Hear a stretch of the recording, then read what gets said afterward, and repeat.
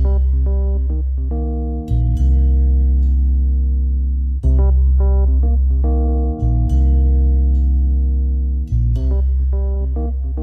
and welcome to another episode of Video Game Logic. Today's show was recorded on January the 3rd, 2017. I'm your host, Gaming Psychologist, and with me, as always, slightly more sick than I am. Caffeine rage. Are we talking physically or mentally? Yes. Okay, just wanted to make that clear. On today's show, we will be discussing the games we played over the last, 3 weeks. We'll have our monthly game club, Crimson Skies. We'll have the monthly voting. We will be taking a look at the top sellers on Steam for 2016. Tracer has the gay, and we'll have our weekly community corner. How are you this week, Rage? I'm alive and I'm awake right now. Does that count? Yeah, I'm about this. Well, actually, I'm better than that today, but I'm the same. That counts. It's been a long day. Medical stuff.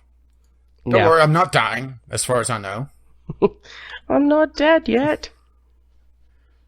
I'm not dead. Yeah, so Kyle is going to have to wait to take my place. Yeah. Well, I thought I was dying last week, so you guys got a lovely, not really Franken episode. I mean, it was the B team. They put that together for us, a month or two ago? Actually, I think it's more than that. Is it more than 2 or 3 months ago? I think so. It's been sitting there for a while. A little bit of mold on it. Yeah, it's fine. Actually, I still need to go listen to that. I have such a backlog of my podcasts. Yeah. Well, we were going to do that this week. We had planned to take this week off, but last week I had the plague. Actually, for the last 2.5 weeks, I've had the plague. My in-laws brought it, and they left it, and I've been taking good care of it. Well, on the plus side, the little package you sent me did not contain the plague, so it wasn't a plague bomb for me. No, it did not get the plague. Or you did not get the plague in the box. Yeah, so at least, I have that going for me. Have you tried all the cookies yet? Yeah. Granted, whatever the ginger ones were, they kind of did not survive the trip. They were gingerbread men. Well, let's put it this way. I couldn't tell that they were gingerbread men. Yeah. My mom made those, actually. But all the rest of them, Katie and my in-laws made when they did, a baking day. Yeah, let's put it this way. I could not tell that they were gingerbread men. Gingerbread crumbles. Go good. They go good with ice cream. Yeah. I mean, most cookies do go good with ice cream, so. Yeah, very true. Yep, so you enjoyed your cookies, and I enjoyed chugging bottles of cough syrup and NyQuil. And taking other drugs. But and this is unusual for you? Yeah. It's becoming a regular thing. All of the sickness, it's just... You need to stop this. This is becoming a ongoing thing, and honestly, it's a little tiresome. I want to see you well, man. You guys are going to have an intervention for me. No, it's just been one of those years, where all of the worst things could come together. I had been stressed because of things going on, at the clinic. I have a stressful career, and I've got a 2-year-old who goes to daycare and comes home with God knows how many germs. New and interesting diseases. Yeah. Isn't that the whole point of daycare, is for kids to get together and swap germs? Yeah, something like that. And then the weather here for the last month or two has been hot and cold, which can wear out your immune system. That, and you've also been well smoked. Yeah. Oh. So, but I'm on the mend. I'm 99% better. In the mornings I have to, hack up some stuff, and I have a little bit of a sore throat. But after an hour, that's gone. I took some drugs before this just to be on the safe side, and I've got lozenges, and I have hot tea right now, and I can make more, so I think I'll be fine. And that concludes the medical portion of the podcast? Yep. See you next week, folks, with another report on my health. Jared's declining health. Yeah, I'm getting old, man. My body's falling apart. It's all down here, hill from here. Yeah, hopefully next week you'll be able to sneak your recording rig into the ICU. Yeah, I mean, I'm on the other end of my mid-20s. I mean, it's... Whew. Old man. Well, look at it this way. It's only downhill from here. Well, yeah, I can coast the rest of the way, I guess. That works for my laziness. So we had three weeks now? Yeah, because we had the VGL awards, and we didn't do games we played that week because we had 5 people. Yeah. Which I snuck the 5th person in. Then Yeah. you decided, you had enough of me screwing with our recording because the week before I did a pre-recorded segment and ended up that we had an even longer recording segment for some reason. So you decided to say screw it and just get the plague and skip last week. Yeah, I needed some time away from you fools. Primarily me.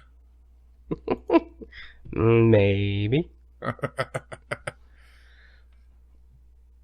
So, yeah, we have 3 weeks worth of games that we played. And you're lucky that the Christmas season is very slow on the channel because this is mostly games I played on my own and wasn't Sunday samplers, except for one, which was a failed one. Yeah. Well, I mean, we have 6 games each. Yeah. Which you have hardware. Yeah, and I have hardware. So that's not all that much for 6 weeks. Or not 6 weeks, 3 weeks. Well, the thing also is, I typically, I do sort of Oasis gaming where I'll pick up a lot of games during the sales and I'll hold them in a backlog and then never play them. Yeah, me too. I have a backlog bigger than most people's entire libraries. And that's not even counting review copies. Yeah. Okay. Quick question. How much did you pick up during the sale, including gifts? Because we're talking about gift stuff that you picked up as well. Including gifts, Mm-hmm. I probably spent $150. Okay, I didn't do nearly that crazy. I'm in the ballpark of, well, including the 2 refunds I did, which both of them are on my list. I did probably about 80. That's still not too bad. I mean, I got a Steam gift card for Christmas, a $50 Steam gift card for my mom. Well, so I turned around and spent a whole bunch more money that I wasn't going to. Well, I went in with about $55 to $60 in my wallet. Sold a bunch of the trading cards to begin with. And, that was a few extra bucks. Picked up some games and sold off more trading cards throughout the sale, which actually really racks up very quickly. Well, all of those trading cards go for 10 cents plus. So that adds up a lot faster than your, 5 or 6 cent trading cards from those little backwater indie games. Wait, what's wrong with backwater indie games? Nothing, just the trading cards aren't worth very much. You'd actually be surprised there. Some of them can be, that's true. I've seen some that can be, but in my experience, they're usually worth less than worth more. But anyway, I also got some gifts. I decided to be nice, and I sent the B team something. Sent Kyle something for his birthday, and sent you something. Yeah, I sent the B team stuff too. I sent you stuff. Mm-hmm. I sent Jim some stuff. Everybody that received gifts, or not that received gifts, that sent in stuff for VGL awards, they got something. I sent stuff to Spaceman and Ghost Shark. Well, I didn't have that much money available, so I had to limit it. Yeah. I sent stuff to lots of people. Plus, Kyle got to double dip since his birthday is literally just before the winter sale. Yeah. So, yeah, the winter sale, even though people are still I could understand why people complain that, it's not as good as it was, because the developers and the publishers don't want to put their games on huge discount for, 2 weeks, essentially. Yeah. And the flash sales allowed them to, have a historic low for a day or, even just half a day. There's still good deals out there. It's just they're not as plentiful as they used to be. And also, people that remember the really, really good Steam sales have the games that they wanted. Yeah. That's the thing. I've got most of the big games that I want, and I'm like, well, I could spend like $25 or $30 on this game that I do really want, or just go and finish off some of these other games and wait till the next sale. and Yeah, then that game will be like $15 or $20. yeah, it's the same here. I have most of the games I really want very near to me. Then we have the indie games, which are usually cheaper anyway, unless you're No Man's Sky. Yep. Then it's the AAAs that just wait for them to come down in price, which some of them never do, but other ones are come down low enough that I'll pick up one or two, and then immediately refund them because they are run like shit. Yeah. And you're looking at my list and thinking, okay, which one is this? Well, actually, I had a couple of more that I refunded that I played for, and then refunded them, but I didn't put them on the list. Oh, if I went and looked and did that, I could add like 2 or 3 games to the list, but I don't think I'm going to do that. Oh, no, I have, I have 2 games on the list that I refunded. I've refunded 3 games in my history of Steam. 2 of them happened during the winter sale just this past couple weeks. Speaking of which, shall we get going? Sure, let's get going. So this time is going to be a little bit different than usual. Since we each have so much stuff, we're going to alternate. Who wants to go first? Well, since you have 7 and I have 6, maybe you should go first. Okay. So the first thing on my list is actually hardware, not a game. Oh, I bought an i7 4790K, which is a CPU that was roughly, at least on artificial benchmarks, was... On paper. On paper, it was twice as powerful as my CPU. Mm-hmm. And I mean, my CPU was fine, but I was pushing it hard because it wasn't designed to do streaming and video rendering. It was meant to be, for a budget gaming platform for a dude who plays, games by himself or with his friends. And when I had done that, it served me well. But I mean, I was running it ragged. You can kill hardware before it's time if you push it too hard. Yeah. And I was running it, at 100% all the time. So I knew I was going to burn it out soon-ish anyways. And I thought, well, the 4790K is going to go out of production soon because it's 1 generation, or is it now 2 generations behind Intel's current I honestly don't keep up enough with Intel, and I'm starting to look at hardware again. I'm bouncing between 2 project ideas. One is a secondary monitor, which I could get today. Mm-hmm. And the other is to just pocket the money that I have right now that I got during Christmas. Yeah. Because, I will say that I did get a bit of money for Christmas, but I was told explicitly that that is not to be used for gifts. Right. So, I could hold on to the money and start saving up to build essentially a new computer. Right. Well, and I'm kind of torn on both projects because they both have their upsides and downsides. Yeah. But, well, anyways, the 4790K is either 1 or 2 generations behind Intel's current stuff, and they've stopped production of it, and its price had that drop that that all hardware does when it goes out of production, and then the price starts to creep back up as, there starts to be less and less out there. Yeah. And so I picked this thing up for like $300. Which, when it was a brand new processor, it was, I think, $500, either $450 or $500.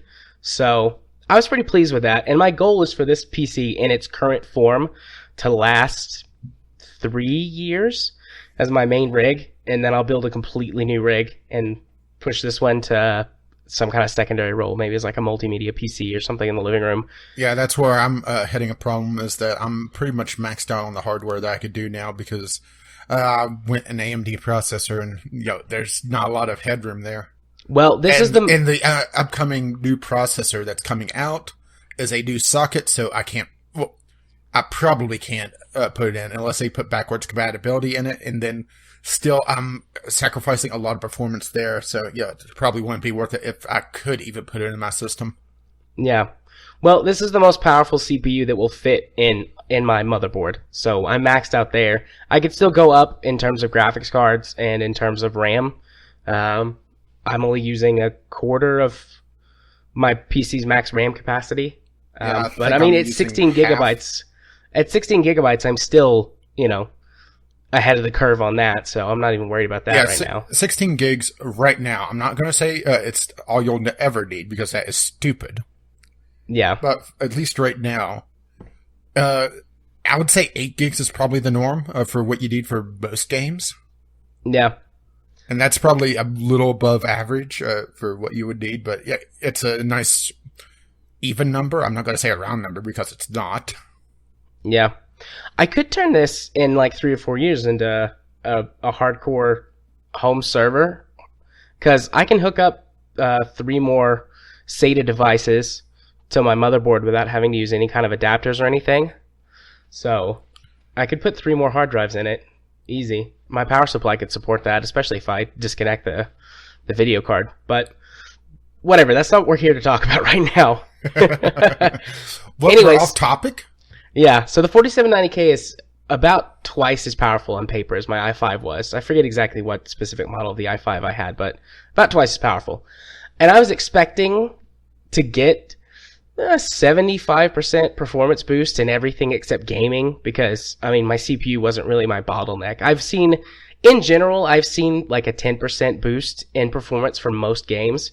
A couple of games like Transport Fever, which are really heavily reliant on CPU performance, I've seen some larger gains in that. But if you really wanted to stress test it, load up something absolutely absurd in KSP. I should do that, actually. I hadn't even thought of that. I should do that.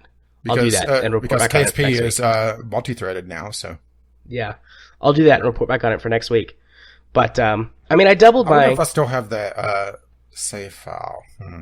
I doubled my logic core count. I went from 4 cores to 8 cores. And then this has got a base clock of 4 gigahertz with a boost clock, like, what do they call it? Intel Turbo Boost or whatever? Yeah. Of 4.6 gigahertz. Yeah, unfortunately, it makes your computer jump up in the air as well. Yeah. But anyway, so I haven't really noticed much performance in gaming, performance increase in gaming. But when it comes to actually working, rendering videos and all that stuff, it's almost twice the performance. I was really impressed at how much of a performance boost I got. So I set up some render tests and ran them with my i5 before I put in the i7. And to render kind of our typical content, something that's around an hour long, like whenever we're doing video recordings. I was going to say typical. That's obviously not the audio stuff. I haven't ran any audio stuff on it, but I mean, I've tested that so much. Like, I've done that so much, I don't need to run any tests on it. I'm just going to see how it compares when I do this week's edit. But anyways, rendering videos and things like that, it cuts the render time almost in half. Normally, it would take me about 40 minutes to render a 60-minute video, with all of my settings and everything. And that's about what I did. What I do is about 40 minutes for a render. But with my new processor, it takes 22 minutes. Wow. So almost twice the performance. I was amazed. I was expecting it to drop down to like the 30, the 20, the low 30s, maybe the high 20s, but 22 minutes, I was blown away. So I'm quite happy with this purchase. The SSD, well, no, that wouldn't have anything to do with it because I pull all of my stuff from an external drive. I was going to say, you should not be running video editing. You could run the software just fine, but you shouldn't be pulling video from or writing to the SSD from the video editing software. Yeah, because that'll burn it out. Kill it. Yeah. Yeah. No, I don't even run the software actually off of the SSD. It's all running off of, all the software is running off of my internal hard drive, and then all of the footage and everything is getting pulled from my external SSD that I use to store all of our footage and everything on. So I was impressed. I'm wondering if it could go higher if I had a faster drive.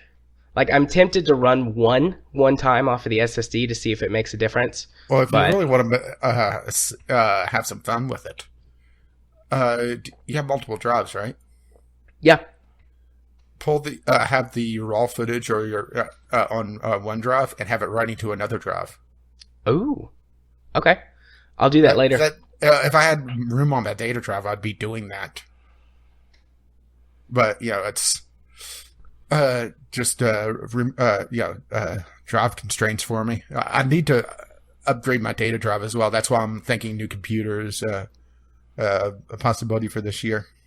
Yeah, I'll do that. I'll pull from one external drive and write to my other external drive, because my other drive is just for backups. I don't really use it for anything except just backing up files and then keeping my system images on. Well, if you're running But- off two external drives, it may not see a difference because it's still on the same bus. Yeah, okay. I was thinking, the internal drives. Yeah, no, I could do that. Because that's probably your bottleneck. I'm assuming you're running USB 3.0. Yeah, I am. Okay. No, if it was 2.0, I'd be spending years waiting. I had to copy some stuff to a flash drive the other day that was just USB 2.0. And I had forgotten how slow file transfers were. Oh, yeah. And it took like an hour to copy a couple of movies to it. It wasn't even like 2 gigs worth of stuff. It took it almost an hour. But it's not that slow whenever I'm pulling the podcast to my phone because it's probably a little bit strange, but I'll just set up the playlist in Winamp. Yes, I still use Winamp. What can I say? It whips the llama's ass. But I'll move all the files in the playlist file itself to my phone, and then if I'm on my, if I'm hobbling about or laying down, I'll listen to the podcast on my phone, and I'm still trying to get through my backlog. Co-optional has really hurt me on trying to get through podcasts. Assholes put out a 3-hour podcast every week. it is really hard to go through a backlog of 3-hour-long podcasts. I'm getting close. I've only got like 20 episodes of co-optional left from way back when, from like the 2012, 2013 time. And then I've caught up to all of their podcasts. But I'm like, God, 20 episodes at 3 hours each. So long. We would never do something like that, would we? No, never. So, yeah, in general, that's my 4790K performance. I should say, if I'm, and then I'll just make note of where I am because both of the playlists are synced. So, if I'm starting a new episode or just mark how far I am and just mirror it on Winamp or Rocket Player, depending on where I am. Yeah. I'm sure that there's an easier way to do it, but it would probably require me to use probably Media Monkey or something, and I do not like that program. It just causes me problems. Fuck you, Monkey. No, Monkey, not you. Not the monkey hanging off my boom arm because it's looking at me right now. You made it sad. I also installed an SSD, but everybody knows how those perform. I just had never installed one. I had used them before. I always love how everybody's like, I experienced this thing where it's like, I just have, a hard disk drive. I don't have an SSD. And they're like, oh, SSDs are so much faster. It's like, yeah, I've used them before in other rigs at, other jobs that I've had or whatever. I'm just shocked that you never put it in. Well, at the time that I built my machine, they were still really expensive. At least, they were expensive in terms of like price per, gigabyte of storage. And I was like, well, I could spend, however much it was, $100 and something on this 250 gigabyte SSD, or I could spend that same money and get a 2 terabyte hard drive. And I was like, I don't care if it takes the computer 2 or 3 minutes to boot up. 2 terabytes of space means that I won't have to worry for a long time about storage space. And so that was what I went, because I was on a budget. But, now I've got one that I use, it's a 250 gigabyte. I paid like $55 for it or something like that. Yeah. So I'm cool with that. It's my boot drive, and I've got a couple of games installed on it that would benefit from that performance. And, I've got a few other programs running on it. Like, all my main stuff is going to be running on it. But so, of course, Transport Fever's on it. Yeah, Transport Fever's on it. Yeah. I already played like 15 hours of that on the SSD with the i7. I'm not sure who's worse, you or Kyle. Probably me. Probably. Well, since we brought up a game, should we move on? Because we have a lot to get through. Let's do that. You talk about your first game. Okay, 3 weeks ago, I played the free weekend of the Division on Uplay. And I'm a bit mixed on it. It's one of these games that I could see the appeal of, and I think I would enjoy playing through up until I get max level. It's the same problem I had with the crew when I played it. I got to max level, and there was nothing that interested me. Now, I think that's the problem I would have with the Division. Thankfully, it was a free weekend, so I was playing through that. And also, I had a performance issue with the Division. On all the areas I was running, I actually installed MSI Afterburner to monitor my hardware because I was having some issues with the Division. I should have had it installed beforehand, but it's just one of those things that never bothered with. No, I'm in the same boat. I don't use MSI Afterburner. Well, I'm only using it for the hardware monitoring because the version of the RX 480 I have is pretty much as far as you could overclock it on its factory settings. Right. Anything I push beyond it, it starts crashing. So it's just not worth overclocking it. Yeah. I could probably get a little bit more with the new driver updates, but no, it's not worth it right now. But anyway, back to the Division. So I was monitoring my hardware, and in normal areas, in gunfights, I was using probably 65-70% of my CPU. And I would say about it really bounced on where I was, but between 40 and 60% of my GPU. Right. And I was running locked 60 FPS. I mean, it was perfect. Right. Then I went into the area with the cleaners. And for those who don't know, the cleaners are essentially firefighters who went absolutely insane in the aftermath of whatever happened that triggered the Division's story. And there was something about a flu that a terrorist attack of a flu that was put on dollar bills, and during Black Friday, all the money that was passed around was the way that the flu was passed around. And the people that are left are the ones that had essentially hit the genetic lottery and who was immune to it. Or they shopped on Amazon. Yeah, true. But anyway, the cleaners are these firefighters who went absolutely nuts and decided that the only way to save humanity is to absolutely purge the infected. Now, you would think infected and think zombies, but no, it's just people that have the disease, but it wasn't fatal to them. They were exposed to it. Right. So a lot of fire, a lot of bombs and that sort of thing. I go into a cleaner area, and my frame rate just tanks to 30 to 20 FPS, and I'm watching my CPU absolutely peg across all 8 cores. And I think it has to do with the physics, because there's a lot of fire going on. There's a lot of explosions going on. And it's just not made for how AMD handles physics. It's probably a PhysX or something going on, and just absolutely makes the Division unplayable for me, unfortunately. Right. Well, I mean, the Division had a lot of issues for PC. Yeah, and outside of cleaner areas, it's fine. But the thing is that the Division is essentially a FPS MMO. And the way an MMO is set up is that in order to bypass an area, which technically you can in the Division, you're going to have to be grinding for a very, very long time. And you also aren't going to get the story, because part of the story is going into these areas with the cleaners and dealing with them. So, yeah, that kind of just killed the Division for me. Right. Which was a shame because, like I said, I was kind of enjoying it. I'm not sure if it was going to be something I would pick up during the winter sale. I didn't really drop that much in price. So, it wasn't on my must-buy list right now, but, it'd be in the future. But now, unless I build a new rig and I get to test it again, because, it's just, unfortunately, unplayable.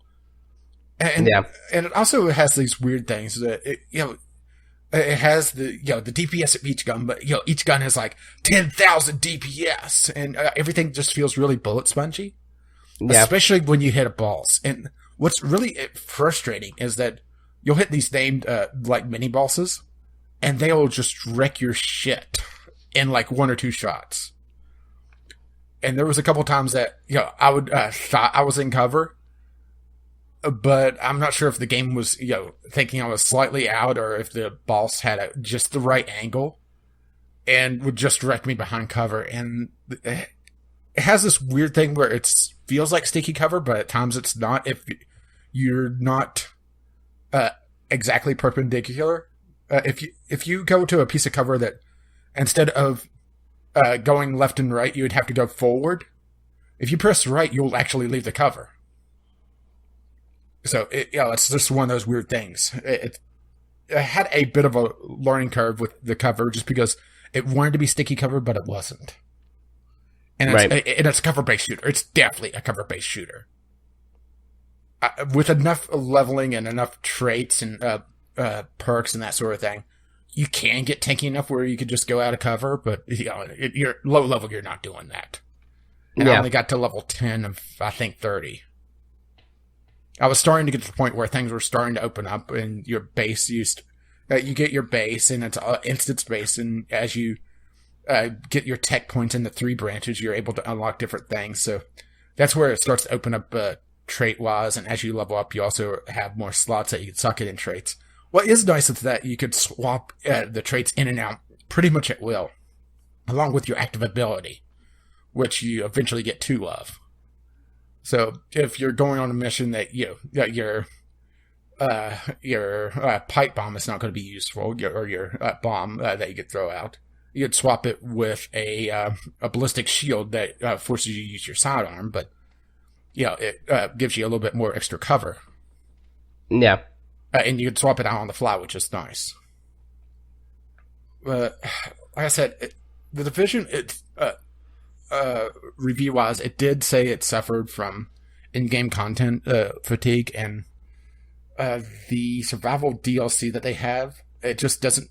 It's interesting to me, but I'm not sure if it's something I would play for a long time, and that's what everybody's praising it for now on the end game, so I'm not sure if it would be something that would capture my attention anyway. It would just be something I'd play for probably about 20 hours or however long it takes to get through the campaign, because where it's an MMO, it has these long stretches of between story stuff, which just kills the pacing.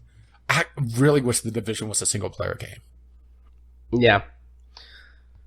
I mean, Destiny suffered from the same problems. The only thing that Destiny did better was the bullet sponginess. I mean, enemies could be bullet spongy, but it did reward skill a lot better, I think, than the Division does. Yeah, because you could kill most enemies with 1 or 2 headshots in Destiny, as long as you were on the level curve with your weapons. Yeah, I did eventually get a pseudo sniper rifle. It wasn't a proper sniper, but it allowed me to put a scope on it, and I was able to start dropping people with 1 or 2 shots. But the thing is that, if it's a cover-based shooter, so it's whack-a-mole at that point. Right. And Destiny being a true FPS, no cover. Well, I mean, I guess you could take cover, but it's not a cover-based shooter, so enemies are running everywhere. If you've got the skill, you just bop, bop, bop, dead. Plus, it gives you a rifle at the very beginning of the game. Like, your first weapon is an assault rifle, which not as powerful as a sniper rifle at headshots, but, second best, so. Yeah, you only have, at the level I got to, I'm pretty sure it's maxed out, though. You get 2, essentially, main weapons that you can carry along with you. And then a sidearm, and I think that's it. I think you may have a melee slot. I think it's pretty much your pistol whipping people anyway. Yeah. But it's, the sidearm just felt completely useless. I'm sure that there's builds that improve it, but it just, the level I was, unless both your main weapons were completely out of ammo, you'd never used your sidearm. At least I didn't. Yeah. Okay. Does that mean it's time for... Oh, sorry. Yeah, but like I said, maybe after a new rig, and if they have another free weekend, I'll give it another shot. I intend to buy it one day. It's just, I'm kind of in the same boat as you. I don't really care about any of that other stuff. I just want to enjoy the MMO aspect of the single-player campaign, which sounds weird, but I like that sort of thing. It has an interesting story. I just wish that there was a way to fast-track the story. Right. Because, like I said, it's interesting, but you have... I got the first few story missions done. Then there was this long pause, and then I got another story mission. And that's when I ran into the cleaners for the first time, and my FPS just tanked. And I was looking forward towards, what the other story missions were in the recommended level. So it was like 10, then 16 and 20, and then there are several in the late 20s towards 30. So there's long gaps. I'm sure that there's a way to fast track it, and if you know how to play through the game quickly. Yeah.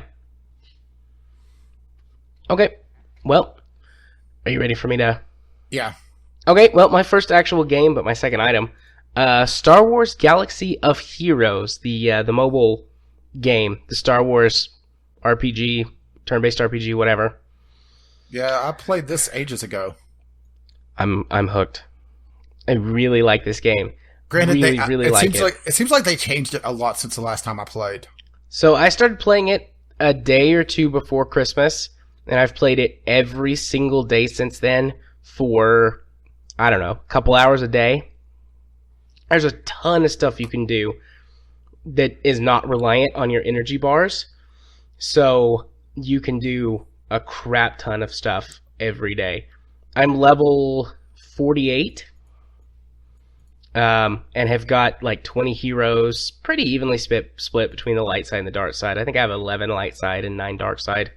But since you played, they've added ship combat. So all of the characters that were pilots in the Star Wars movies and, you know, extended universe places that they come from, now all of their ships are in there, and they're another thing that you can spend a cajillion dollars on to try to acquire. And you do space battles. The space battles don't unlock until level 60, which really sucks because they tease it to you. You get a couple. I hate that. Like, you get a couple and they let you do a couple missions. It's like, oh, we're training you to use these ships. And I'm like, great. And they're like, okay, now you can get the rest at level 60. And it's like, well, Fuck shit. you. And then, like, they tease it again. It's like, oh, you're getting closer. Here, let's give you Tarkin and the Executrix. And now you can do a space battle with some TIE fighters and a Star Destroyer. And it's like, yes, I want this. Oh, but we'll see you in 10 levels. Very sad. But I'm getting there. I'm grinding it out. I'm getting about a level a day now. As the I don't XP recall continues what to... level I was. Well, I got like 25 levels the first day. What really frustrated me was that it was almost impossible to get a character free in any reasonable time frame. Yeah. And I'm pretty sure that they haven't changed that. No. I've spent about $20 on the game so far.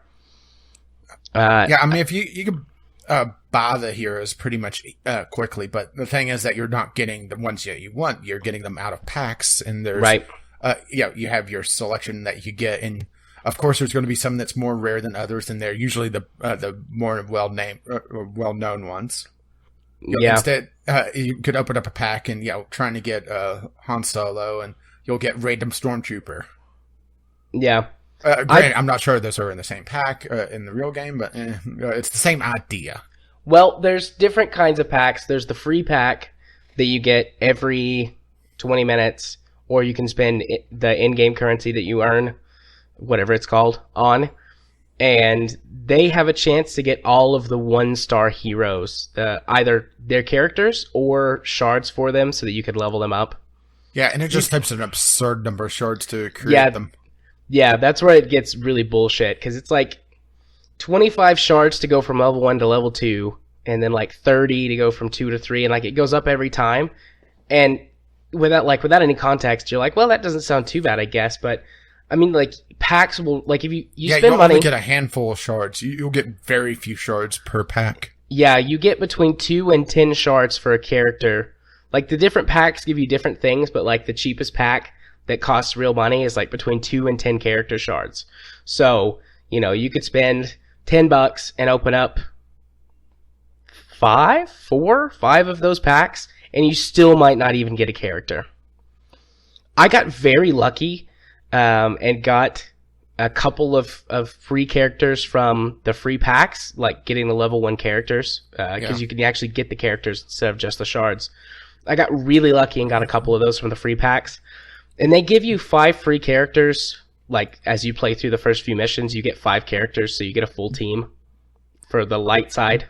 Yeah, and once you get to the dark side, they pretty much repeat it, so you have a light side and a dark side team.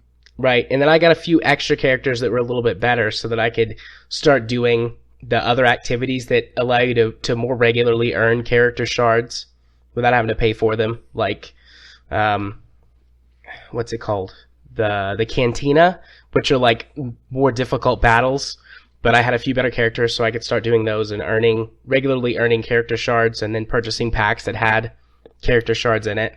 So, I mean, I just got really lucky, basically, and was able to get a few extra characters that gave me a boost at the start. But I mean, I love it. It's fun. The gameplay itself is actually really balanced and well thought out. I thought it'd be like really crappy and super pay to win. And in some respects, like, there are some characters that are absolutely flat out better than other characters. I mean, there's no question about that. Well, also, if you spend enough money to get all those shards and level up your characters, you are just going to wreck face. That's true, but it does that thing where it's like, okay, you have this rarity of characters, so you go into this category of battles. So for the most part, it keeps the people who either have played the game for a bazillion hours or have spent a bazillion dollars on it away from the people like me who are just playing and trying to grind out the characters. Oh, no, maybe I should try it again, see how it is. I don't recall what level I was. I know I got to the dark side stuff. Yeah, well, you do that pretty early, within like the first 10 or 15 levels, I think. Although it could be different from when you played it compared to when I played it. Yeah. I mean, they've made a bunch of changes, and they had a big update when Rogue One came out that added stuff to the game, so it's a lot of fun. I've already joined a guild, and we're attacking the Rancor at Jabba's Palace as like a guild raid. I'm number 2 in my guild, which is pretty crazy because I just started like 2 weeks ago. I've been playing it a lot. Did I mention that? I've been playing it a lot, like a whole lot. Yeah, I think you mentioned that at some point. Really, the best way to win is to just have a bunch of characters. Because you can totally go at that game at a quantity over quality standpoint. Mm-hmm. Because the best ways to get the most characters is the Galactic, at least so far, the Galactic Conquest mode, which just has you fight, I think it's 15 battles in a row, and you can use all of your characters. Like, if someone dies, you just replace them with one of your other characters. And basically, it's Zerg Rush.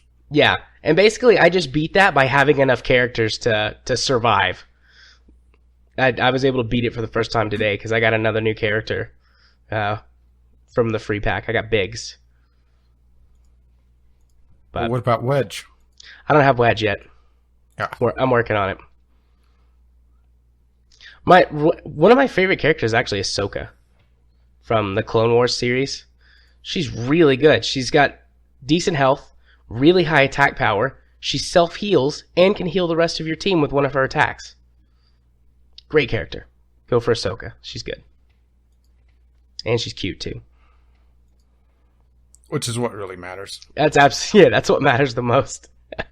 So yeah, that's pretty much all I have to say about Star Wars Galaxy of Heroes. I mean, whenever I have these big breaks, I usually play more mobile games than usual, but Galaxy of Heroes has been the only one. Like, I got it first. I was like, I'm going to try this. I've been hearing, it's done some advertising on podcasts here recently. And then I've seen it all over, the App Store, and it's popped up on ads on websites and stuff when I'm using a computer that doesn't have ad blocker on it. I was like, you know what? I'll give it a shot. And I'm glad I did. I like it. Well, my next game is actually my only failed, well, I shouldn't say, well, it is technically my only failed Sunday sampler in this bunch, but it's also the only Sunday sampler video that I did for the last 3 weeks. That I did at least attempted on a single game.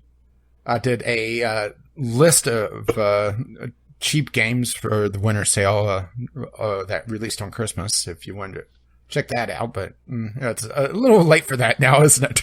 A little late for the sale, but people could still check it out. Yeah, it actually did surprisingly well. It's not a video that I'm particularly proud of because it was. It's one of those things that you think about. Think of the ideas like, oh fuck, why didn't I think about that sooner?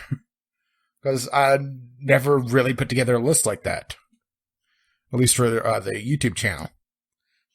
So it was something I threw together in like 12 hours. Nice.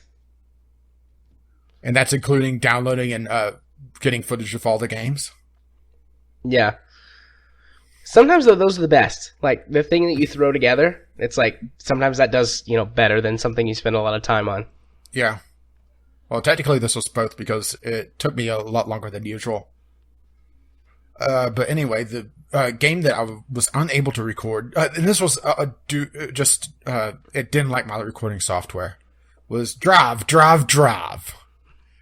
An indie racing game that's interesting. Okay. Its big hook is that you're racing on multiple tracks at the same time. Okay. Usually they're copies of the track, layered on top of one another. But yeah, sometimes they're all like twisted around like a giant pretzel. And the thing is that any car you are not, usually you're driving somewhere between 2 to 4-ish cars at a time. And any cars of yours that you're not driving is under control of the AI. And they and the AI is not particularly good. And boy, are they right on that. And it's one of those games that frustrates me personally. That I think other people enjoy just the randomness of it. But there was times that I would switch to a car. And, oh, my car's upside down. Or, or it's going the wrong way. But the game is also very heavily rubber banded, where with a weight towards your car being in last place, but right at the edge of the pack. So if you switch to and have enough nitro available, you can quickly get back in first place. Right. But what's a bit frustrating is that some of the game modes require you to swap back and forth, and which is pretty much what you would expect with this game, but. Okay, the collection one, which I'm blanking on the name because I haven't played the game in a couple weeks, is each track has gems on it that you have to collect, and you have to get a certain number of the gems between all the tracks.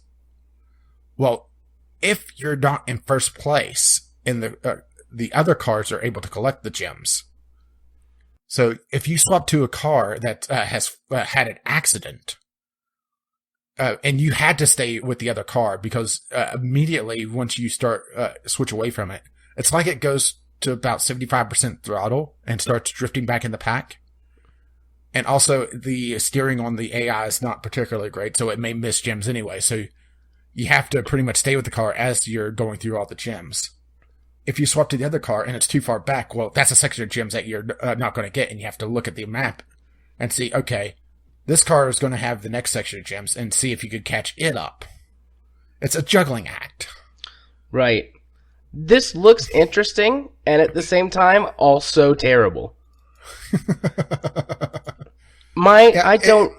It's the same thing that I had with Cluster Truck, is that it's a randomness to the difficulty that was very frustrating to me. Right.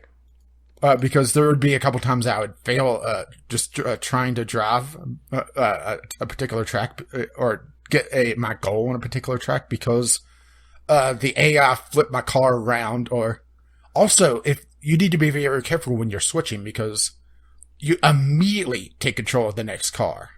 So if you swap while your car is in a turn and you're not prepared for that, then you're going to hit the wall. There's no way around it. Right. And there's really no way to tell. Well, you can tell a little bit that you're in a curve, but you can't tell how sharp the curve is, really.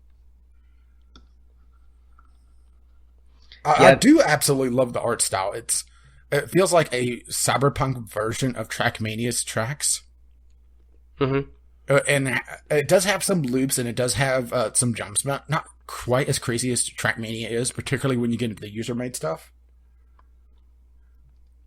It's just one of those things that I wish the AI... yes, I understand that the whole point of the AI is to drive poorly, but at the same time, I wish it was more consistent.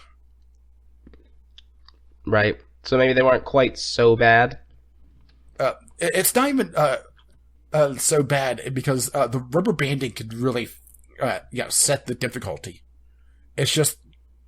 It feels like at times the AI... glitches out, and they decided to make it a feature.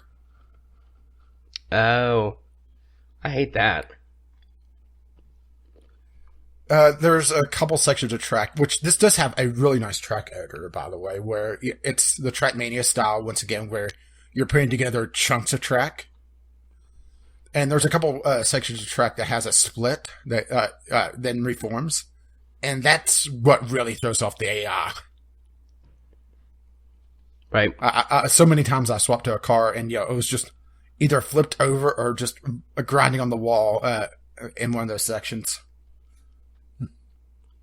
It's, like I said, it's a game that is not terrible. It's just not for me. Yeah, it doesn't look like it'd be for me either. It And doesn't it's on your necessarily wish look. list. No, it's not. Well, it is when I looked just now. Well, I went to click not interested, and like my brain just not thinking clicked add to wish list. Because that's kind of your default thing. That's my default setting, but then I was like, no, don't go away. And at least on the lowest difficulty, it's not that hard to beat the goals, but the times that I failed the goals were spectacularly was just when the AI completely cocked up one car. Right. Which just doesn't feel fair because you can only juggle so much or so quickly, Yeah.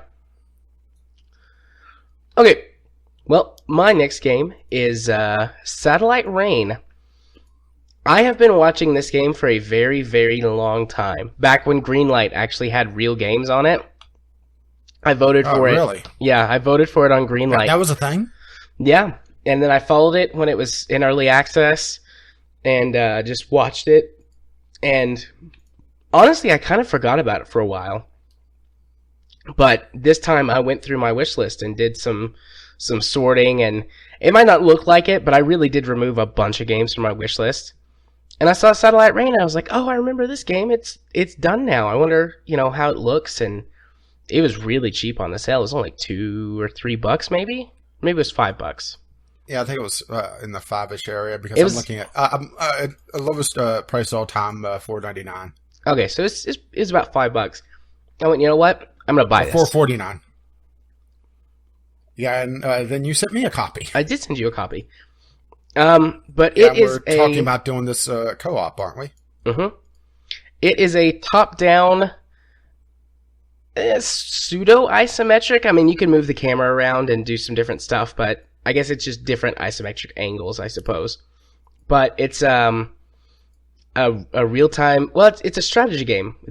I guess it is a real-time strategy game, but it's not like a massive RTS where you build bases or whatever. You control, at least now, as far as I can tell, I think it's for the whole game though. You control 4 agents that you level up RPG style as you complete missions and they gain experience.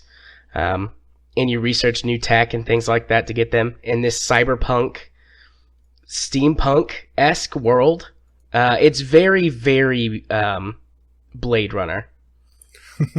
Very Blade Runner, which I love. And there's neon everywhere. It controls really well. The game's story so far is incredibly well fleshed out. It gives if we're going to do this co-op, are you going to go too far on it, or no? If we're going to do a co-op, I'm probably just going to stop where I am. I played it for 2 or 3 hours, and I really didn't get very far in the story. I mostly just wandered around and explored because it does give you lots of options. Like for example, one of the really, really early missions, like one of the first missions, when you go to get your 4th operative. It's like, okay, there's multiple ways you can get into this base, and you can choose to basically assault the front. You can try to sneak in, or you can bypass everything by using a, what are they called? A zip line that you can set up and go down. But you don't have, like at the beginning of the game, you don't have any gear. So it's like, well, you can try and use this zip line, but you don't have gear, so basically your guys are going to be holding onto it with their hands, and if they fall off, they'll die. Yep. So, it lets you do things, and it lets you try to hack computer systems that are above your level or that your person doesn't have skill for. And it'll give you like a little thing. It's like, well, this guy's not a hacker, so he's got, a 30% chance of completing this. And if he fails, he's going to alert all the guards. Yeah, that's something that you really liked in Divinity Original Sin, or I should say, still liking, is that even if you don't have the skills, you're usually allowed to at least attempt something. Yeah, it lets you try something. It's like, well, you don't have the skills for this, but if you want to try and, improvise and just do what you can with what you got. We'll Which let you try it. That's kind of blurring the line between the tabletop RPG, where the GM will let you try something that's outside your skill set, but will give you a harder time and a low percentage of success, versus a computer RPG. Not necessarily the CRPG genre, because it actually is more on the tabletop side of things, but I'm talking about RPGs on computers, where if you don't have this hard number or better, you're not even allowed to try it. Right. The one that jumps out to me is the Fallout style, where, if you don't have so much intelligence, you don't even have the dialogue options. Right. Or at least in the older Fallouts. I don't know about Fallout 4 just yet. Right. But no, this lets you try it, and I love that. I love having that freedom. And it gives you a lot of freedoms, too, other freedoms. Like, you can control them individually or as a group, or you can split them up into pairs, or... you can do whatever you want with them to, trying to tackle a problem. Sometimes it's better to split up, like if the cops find you, or, if you do something that makes the cops want to catch you. Cheese it! It's... it would be, be good to split up and just scatter everybody. And that can be difficult to do, but you can do it and have, 4 people run in 4 different directions. I imagine that would be a lot easier with co-op, because we would each be controlling 2 operatives. Yeah, that would be a little bit better. But it's cool. I wonder if really this has up to 4-player co-op, because that would be really interesting. I don't know. Honestly, when I bought it, I didn't realize that it had co-op. Yeah, then you sent it to me, and I was like, "Are you suggesting this for a series?" I wasn't, but when I realized it had co-op, and I was like, "Oh, yeah, we should totally do that, because this is great." Because I thought that was originally why you were sending it. It's like, okay, series? Nope, I sent it to you because I thought you would like it. Also, wasn't it on your wish list? I think it was. Well, here's the thing, is that my wish list is more of a, that looks interesting. Yeah, well, I sent it to you because I thought you would like it, so. Mm-hmm. Which is very much appreciated. Yeah. Which I will try it beforehand. Make sure that I want to do a series on it, because I'm looking at the how long to beat on the Steam store. That's one thing I love about Steam Enhanced, is that it gives you all the extra info, because it has the Metacritic, the user score, how long to beat. A main campaign, 28 hours, main and extras 31, completionist 32. That's not super long. I mean, that's long, but that's not stupid long like Divinity is. So you're having second thoughts about Divinity now? No, I love Divinity. We should keep playing it, but something for 2018. Yeah, I'm only 2 or 3 hours in, so I'm not even I completed the tutorial and did 1 mission in the first area that you get to. So I haven't hardly done anything. Mostly just run around, check out a cool Blade Runner-esque world. Yeah. Speaking of running around and checking out an interesting world. Segue. Yeah. Hey, actually had a good one, huh? Yeah, there you go.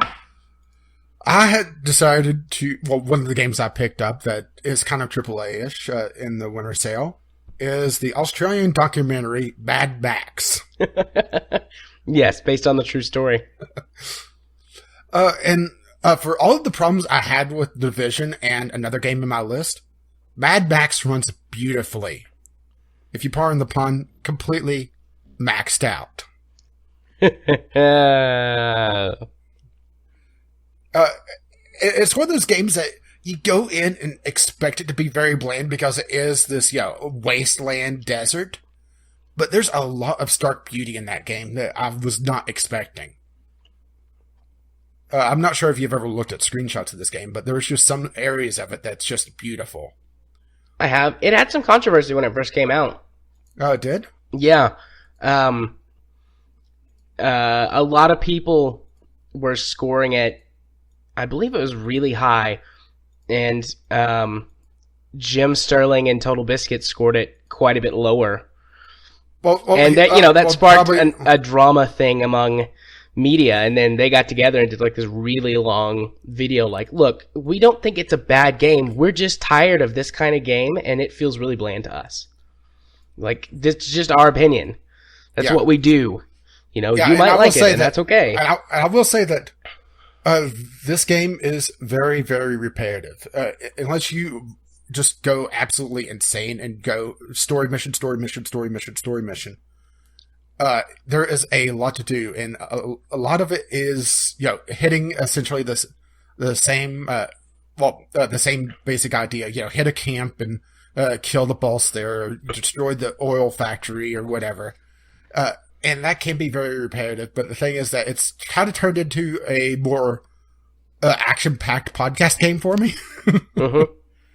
And also, I wanted some vehicular combat. Right. And that's what this does really well. There's not a lot of places to get vehicular combat anymore. Yeah, this is... it feels almost Borderlandish with its combat. It's vehicular combat. On foot, it's Batman. Yeah. And I would say a more realistic style of Batman combat where you're not jumping around all over the place. If you're not paying attention to the distance between your enemies, you will break your combos. So you have to watch what you're attacking a little bit more than the Batman Arkham series combat. But it's still the same basic idea where you build up a combo by successfully punching guys in a row. Right. With a little bit of more leadway than the Batman series because because you're not bouncing around like a fucking pinball. Right.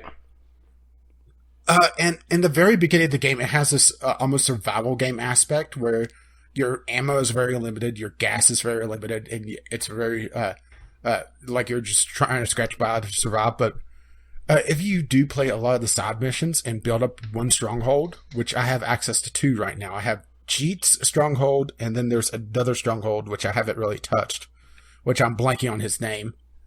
If you build up one of them, it basically takes away that survival aspect because you go into the stronghold and your gas is refilled, your ammo and health is refilled, and your water canteen's refilled, which that's the big thing, is that you don't have regenerating health in this. You have to either drink from your canteen, which is essentially 1, maybe 1.5 extra health bars. And then you have either maggots and dog food that you could eat in the wild that you can find. Or you can find a rain catcher to refill your canteen. And that's all you're getting on refilling your canteen and refilling your health. So you have to be very careful with your health. But the flip side of this is that, okay, your shotgun's pretty much an instant kill on anything except for boss level characters. Right. But you also only have a handful of shells. So it's very interesting on the difficulty side. And if you spend the time to do all the side missions, it does drop the difficulty a lot. So that's one of those things is that if you're doing the story and you're running into problems, go do side missions. Right. I've had Mad Max... Oh, sorry. And there's just a ton of stuff to do. I've had Mad Max on my wish list for a while. I do want to get it and play it, but, after reading reviews and watching the, extensive coverage for when the game released, I was like, this is like a $5 game for me. Like, when it's really cheap, in a few years, I'll buy it. I'll play it for... It was $4.99. Was it $4.99? I didn't realize, but that's okay. I mean, I had several other games that I prioritized above it. I mean, it's just, let's put it this way. I was surprised it was that cheap. I mean, like, I'm thinking like in a few years or in a couple of years maybe when I've, haven't played an open world game in a while that wasn't Skyrim or Fallout, pick it up. Yeah, I wanted something that I could just stick around in that it, here's the difference between Skyrim and this for me is that if I go off and do a side quest and complete a series of things, it has a real tangible reward for me. It will unlock, I go back to Jeet Stronghold and the gas in the Magnum Opus, the car that I'm building up, which that's another thing that I haven't even touched on, is refilled. Or I get the maggot farm up and running. My health automatically refills when I go back into base once every half hour. My ammo refills if I go do this side mission to go get this guy that knows the recipe to black powder. It's just these tangible rewards instead of, okay, here's some experience and maybe a little bit of gold. It's actually giving me something. And I can see the results in the strongholds that I'm building up. There's a lot more NPCs in the strongholds that I've built up compared to the one that I haven't built up. And even every time that I could complete a certain number of these side projects, it has this like time skip cutscene, and you can see more people showing up in the stronghold. Right. That's the difference between Skyrim and this for me. Yes, the side missions are still very repetitive. You're still going off and to the same handful of different camps, but the tangible rewards just really sells it a lot more for me. And also there's so much to build up. You're building up Max's abilities, just getting new armor for him, improving his different stats. There's actually 3 different level ups in this. You have Max's abilities, which you get by getting legend levels, which gives you these tokens that you give to this wanderer that keeps showing up to unlock Max's hidden potential. And these are, increases the amount of water that you get from rain catchers. Makes it so that Max doesn't use as much fuel when you're driving around, that sort of thing. Which the fuel isn't as important right now, but supposedly later on it is. So I'm kind of throwing some stuff in there anyway. Yeah. Then you have Max himself, which that's increasing his direct damage, his fists, his armor. You also unlock some extra like skins for him, where he'll have a longer and longer hair and beards and that sort of thing. Makes him look kind of like you, actually, only thinner. Only thinner. Yep. Sounds about right. And extra jackets for armor, that sort of thing. And then you have the Magnum Opus, which, for fans of the Mad Max series, I will say that it's been a long time since I've seen bits and pieces of the old Mad Max movies, and to be honest, I never could get beyond Thunderdome. Right. I'm just waiting for you to groan about that, Pen. Nope, I'm gonna let it slide. But you lose the black on black, his like signature car in the opening cutscene. Oh, that sucks. But it gives you the excuse to have a new car that you're able to build up over the course of the game, called the Magnum Opus. And you're unlocking new things for that. And as you drop the threat by doing all these little side activities in different territories, you're unlocking new abilities for the Magnum Opus. The ability to put spikes all over it, so boarders, when they jump on it, kind of impale themselves. Or, increasing its suspension ability so it's able to drive off-road a little bit better.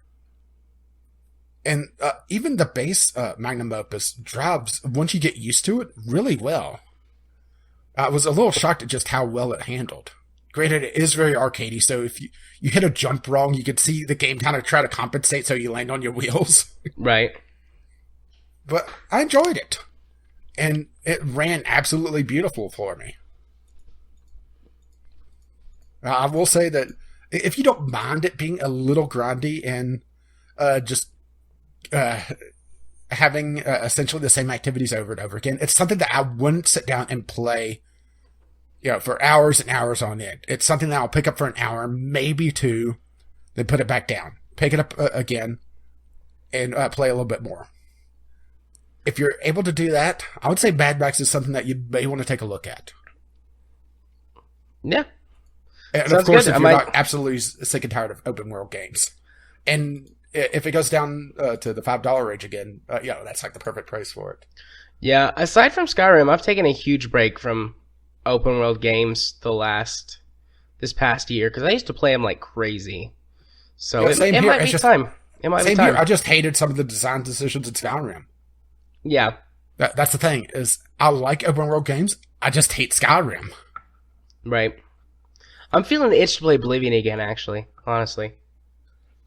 My mom, that was the first game that she bought once we set her Steam account up and everything. Mm-hmm. And she's played it for a while, and I was watching her play, and I was like, I want to play this again. Yeah, it's a shame that they blew all their budget on Sean Bean and Patrick Stewart for the voice actors. Yeah. Still, though. She was like, when she started the game, she was like, is that character looks kind of like Sean Bean? And I was like, because he's in like the screenshots, whatever, that they have in the store. And I was like, yep, kind of. She was like, does Sean Bean play anyone in this game? I said, yeah. She goes, does he die? Uh, Spoilers. She was like, your hesitation means he does. Well, it's Sean Bean. What do you expect? Well, technically, I didn't tell her. But you're right. Technically, he turns into a dragon and defeats Mayron's Dagon. But yeah, which honestly I was a little disappointed by. I was disappointed by Skyrim's ending, but I was also disappointed by Oblivion's ending. Just that, I was more of a spectator for it. yeah, that kind of sucked. I wanted to fight him. Yeah, attack his big toe. You can fight him, but he's by default an invincible character in the scene He's one of the essentials, so he'll just get knocked out. Yeah. So, shall we move on to your next game? Because we are going very long on this. We are. I need to take a sip of water. Just a second. Delicious hydration. So my next game, this one will go really fast. Factorio. I played Factorio for some reason on my new rig. Like, I went to play it and I was like, yeah, this will run so much better on my new PC. And then I thought about it for a second. I was like, I was already running Factorio off of an external drive just to test that, like how well that worked. Having a Steam games installed on an external drive, and it was still running at 60 frames a second plus with, no dips and no slowdowns, and it loaded really quickly. Yeah, didn't really think this one through, did you? Yeah, I was like, I didn't really think this one through. Oh well. I mean, it took like, I don't know, 2 seconds to load before, and now I press, play or, start, whatever it is to generate a new game, and it's like instant. Now you, as soon as you think about it, but before you press it, it starts the game. Yeah, pretty much.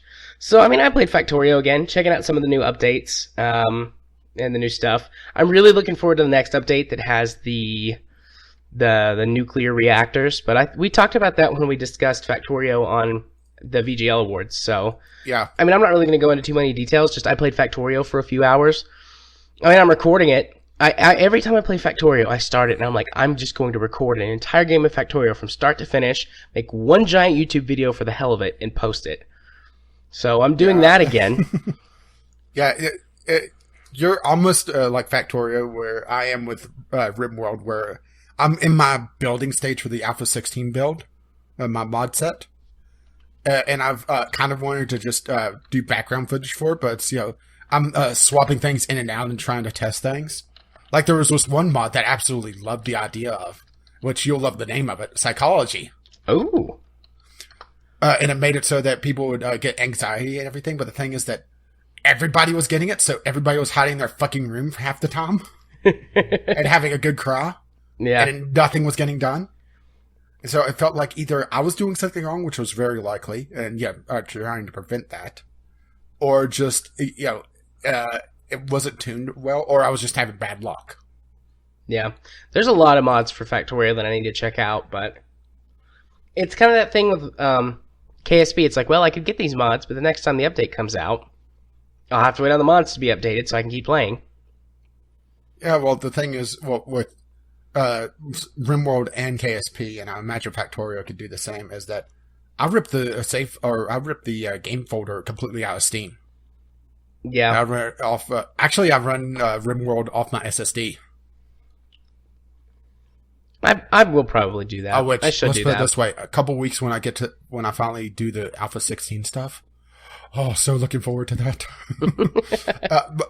The series I'm running right now is my spacer to allow me to experiment with the Alpha 16. Right. And let's just put it this way: the tables will turn. You think you can siege me? You think you could drop fucking mortars on me? Guess what, motherfuckers? Oh, you. But yeah, that's pretty much all I have to say about Factorio. So we got through that one quick. Okay, well, this one's going to be very quick. Wolfenstein: The New Order ran like absolute shit. Ooh, that sucks. Although this game was pretty heavily optimized for NVIDIA and Intel, so... Yeah, let's put it this way. After I bought it, I was looking around for other Steam deals because I had like $15 left in my wallet and I couldn't leave well enough alone. Right. It's like, I still have some money. I need to go hunting for some more stuff. I started seeing people talking about how they had RX 480s and were having FPS issues. I was like, oh shit. I downloaded it, which actually took me a couple hours to download this because Wolfenstein is a fucking huge game. Yeah, it's big. The opening cutscene, it was bouncing between 60 to 40 FPS constantly. Well, that's not good. And this isn't a pre-rendered cutscene. This is, in-game, and you're able to look around and you're in a flying fortress, I think it was. Yeah, I've played Wolfenstein: The New Order, although I played it on Xbox, where it actually ran it was one of the only games that would run at 60 FPS. And it's a wonderful game. I'm really sad you couldn't play it. Yeah, it's up until Doom, it was the best FPS I'd played in a long time. Yeah, well, the thing is that I wasn't sure how it would run later on in the game. If the opening cutscene was dipping into the 40s, actually a couple times it dipped into the upper 30s. And I was testing it with MSI Afterburner once again, since I had it already set up because of my testing with the Division from the previous week. And there was no bottlenecking. CPU was running, 50-ish%, which was about what you would expect for a game that's not really CPU intensive. And the GPU wasn't even taxed. The fucking fans weren't even spinning. It wasn't heating up the GPU at all. It's just the game sucks on AMD hardware. Mm-hmm. So I refunded it, which it makes me sad because I really wanted to play it. From everything I've heard, I would absolutely love this game. Yeah, that sucks. It's a great game. But, sometimes it happens. Yeah. So, yeah, that's my experience with Wolfenstein. Tried it out. I didn't even get to the opening sequence because I was realizing that I was having some severe FPS issues and realized that, this isn't going to be playable for me, and refunded it. Yeah. Well, that is what the refund system exists for. Yeah. Yeah, which I exercised it twice during this, and I have 2 more games on my list. Care to guess which one it is that I refunded as well? Oh, I don't know. It's going to be very tough for you to figure this one out. Actually, it is tough. Oh, wait, never mind. Never mind. I was being sarcastic. I wasn't thinking, I saw Space Marine, and I was like, well, there's a million Warhammer games, but then I opened it up. So you refunded Celestial Command. Yeah, which we'll be talking about that in we'll talk about that when we get to it. Okay. You're up. So my next game is Nomad Fleet. Nomad Fleet is... what's the way to describe it? It's... Someone looked at Homeworld, Homeworld 1, Homeworld 2, and thought, you know what? I really like this game. I'd like to add some roguelike elements to it. And so that's a developer basically built Homeworld and added an overworld map to it that you could go to after, travel around between missions, randomize the map, randomize all the encounters, and set it loose. And it's got some really good stuff in it. It's got some really shit stuff in it. And this is a one-man dev team. So I've given it some leniency in the stuff that's bad. The camera controls are pretty crappy. And playing it, you think, oh, this is, a game that's like Homeworld. Homeworld had a great interface. The interface for this game is kind of dog shit. But the actual gameplay elements and the ship construction and the way that the game actually plays out is a lot of fun. So it's the Dwarf Fortress paradox, where the UI is absolute shit, but it's a great game underneath it. It's just, you have to try to either learn the interface or just trying to tough through it. Yeah, it looks really good for a one-person dev team. So either he, got some help for that, or he's pretty good at modeling. The sci-fi designs look really good. It's got a pretty decent story. I mean, it's a big space opera, basically. And there's this, these big things that happen that move you from place to place, and that's kind of the overarching, world. And the maps are randomized, and you have objectives that you have to get to and complete in order to win. And so far, I haven't won. I completely got destroyed the first time because I was still fighting how to learn the controls and things. But after that, I've gotten pretty far. I'm like 3 jumps away from my main goal. And I've unlocked quite a few things. You start with one fleet known as the Nomad Fleet. And you can unlock different fleets as you play by completing special mission objectives or honestly just kind of stumbling upon things. Mm-hmm. And I've unlocked like it's called the experimental fleet, and it's like super high tech and really powerful.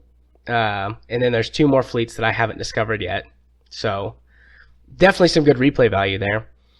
But yeah, really, it's got some choose your own adventure stuff as well. Like sometimes you'll warp into an area and there'll be nothing there, and it's like, oh, okay, I can mine the resources and build a few ships and repair and move on. Sometimes you jump in and there'll be like trade ships and they're being attacked by pirates, and you can choose to assist the pirates and they give you a cut, or you can choose to protect the trade ships, and if you do, they might reward you. They might not. They might just take off because they're scared, but whatever. And as you progress, people have a reputation. They're like, oh, you're that fleet that did this thing, whenever ago. And that might remove some of your options or might give you some additional options. Like, I was just basically killing every pirate fleet I came across because they usually drop really good loot and salvage. And after 2 or 3 fleets that I destroyed, like, I came upon this pirate fleet that was mining an asteroid field. And they were like, oh, holy shit, you're that guy that's been wiping out all of our pirate fleets. We'll just leave. And so they left, and I got to mine the whole asteroid field and collect all the resources. So it's got, some reactive gameplay elements. There's alien races you can run into. I've only found 1, though. Supposedly, according to the in-game codex, there's several, but I've only ran into 1 so far. And they were warlike, and I just ran away. They were like, oh, hey, you're trespassing in our space. We're just going to blow you up. And probably 15 capital ships jumped in, and I was like, well, thank God I'm far enough away that I think I can escape before they kill me. So, also the whole game progresses, it does like a real-time thing, and it does like the KSP thing, like everything is always moving in real time, and you can choose to accelerate time or not. Yeah. Which actually I kind of like, because it makes you think really tactically. It's like, okay, it's going to take me 15 minutes for my ships to get over here. And yeah, sure, I can accelerate time. But that means it's going to take them 15 minutes to come back if I get in trouble or if I need to adjust my strategy. So, overall, it's a really good game, hampered by a crappy interface. So if you're like me and you can fight through it, it's worth your time. And it's not very expensive either. I mean, regularly it's only like $10. I got it on sale for, I think, $2. Well, I'm seeing historic low $3.39 from this past winter sale, so yeah. Okay, so $3. So Steam Enhanced, get it. I do have Steam Enhanced, but I'm not. I'm actually not on the store page. Yeah, I'm not on the store page, so I was adding to my wish list because it does sound like something I'll enjoy. And Dwarf Fortress has proven that I can get past a crappy interface if there's a good game under it. Yeah, I really enjoy it, so I'm going to put some more time into it, play some of the other fleets. But I really want to complete the game with the first fleet. Because it's like, the first fleet is like a ragtag thing, and everything looks kind of weird and misshapen because it's, storylized, like it's all supposed to be put together with scrap and, duct tape. So, it's kind of cool to like watch like this scrap ship just blow up an alien. It's like, haha, fuck you. You underestimated me. But it sounds like a lot of fun. I wish I knew about this during the sale because I had enough money to pick it up. Yeah, but it does suffer from that roguelike thing where it's like, on one of my playthroughs, I found, well, actually on my current playthrough. So my first playthrough, or my first or second playthrough, I got just destroyed early on because I just came up against enemies I couldn't beat. On my current playthrough, on like my third system jump, I found an abandoned capital ship that had been, I forget what it was, like a virus had killed the crew or something like that. Ooh. And we were able to capture it and scrub the ship basically and clean the virus. And now I have a dreadnought. And so I just like pull up around, I'm like, ha, just die. Sup. So only like the toughest fleets are giving me trouble. That's why I've been wiping out pirate fleets, because they're mostly fighters and little frigates and stuff, and they just get swatted out of the sky by my the equivalent of a super star destroyer basically. It's fun though. It's fun. I like it. Okay. Okay. Well, we're sticking in space with my next game. Approaching the 1.5 hour mark. Yeah. Warhammer 40K Space Marine. This is I finished up the game actually a couple weeks ago, and it's going out on my channel. Actually, the final episode would have aired by the time this podcast comes out. Unless you're a cheeky little monkey, then it may be the same day. Yep. And for everything that I liked about the game in the beginning, it started to wear on me towards the end of the game, particularly the clunkiness of it, because I liked the fact that, it felt like you were in this power armor. But at the end of the game, it felt like they were rushing the level design. So it felt like the hit geometry on some of the columns and everything that you'd use for cover. Because this isn't a cover-based shooter where, you dive into cover and, pop up from behind it because you're a fucking tank, essentially. Right. But you could use cover still, hide behind columns and that sort of thing. But it felt like the hit detection was ever so slightly off, and I kept hitting these little invisible walls that just kept screwing with me. And also, the ending boss was a huge disappointment. It was a quick time event. Yeah, the ending really, because I can't remember if not even the ending, because the ending was a huge cliffhanger for a second game that will never come out. Well, I hated the ending anyways, but the last boss did kind of suck too. Yeah, building up to it, I was expecting this huge fight, and you get, I think it was 4 or 5 waves of very annoying enemies to kill. Yeah. Which I died several times on it. Partly, the first time I wasn't expecting it. Second time, I just got surrounded and I hit a visible wall. And for being this huge tank, it's very easy for you to get stun locked. Yeah. And if you're just swarmed by melee enemies, you are dead. There's no way around it. So about the third or fourth time, I was able to get through. And then I got to this cutscene and I was like, okay, now we're going to have this big, huge bat. Why are we diving off this fucking tower? Really? We're doing this is quick time. At first I was really excited because I'm like, oh, this will be interesting. And then, it's a quick time event. That's pretty much my expectation because, it's this, you're falling down, you're shooting them from a distance. I thought, okay, this is going to be cool. It's going to be like a bullet hell shooter where you're dodging around. No, you get close to him and you just punch him in the face a few times and then you dodge and then he knocks you off and you do it again. Yeah. I will still say that the very beginning of the game I absolutely loved. It just felt like the second, well, not even the second half, like the last third of the game was rushed, and there was some platforming in the last third of the game that just didn't really click for me. That didn't feel like it really belonged, which was a shame. Well, it's also a shame that they're never really going to touch the series again because it just didn't sell all that well. Yeah, it didn't do well. I mean, I bought it a long time ago for Xbox 360. No, I got it as a Christmas present, like 3 or 4 years ago. The first Christmas that Katie and I were married, I got it as a Christmas present. I think my mother-in-law bought it for me. Oh, but I mean, it was a really good game. It sounds like we pretty much agree with. The very beginning of the game is just amazing. It's just this absolute huge power fantasy, and then around the halfway point, it starts to get wear on you. Yeah, it starts to get pretty repetitive. Yeah, you're essentially fighting the same enemies over and over again. Also, sorry. Well, I was going to go back to Mad Max, where it's the same thing, where you're fighting the same enemies over and over again, but in Mad Max are able to break it up enough, but in this they are not. Yeah. Also, if I remember correctly, by the midpoint of the game, the mid to the kind of the second third, you've got all the weapons and everything, right? Yeah. So you lose the newness that kind of is like, oh, I got this new weapon in this interesting situation where I should use it. Yeah, they kept trying to push me to use the plasma weapons. As a matter of fact, I picked up a plasma pistol, and I never found the standard bolter again, and I absolutely hated the plasma pistol. Yeah, I used the axe, whatever the big axe was for my melee weapon. Well, for the final fight, I actually had to swap to the chainsaw because the axe was too slow. I don't remember if I switched it on, because like I said, it's been several years, but I used the axe for most of the game, and the standard bolter, and then, what was the laser sniper?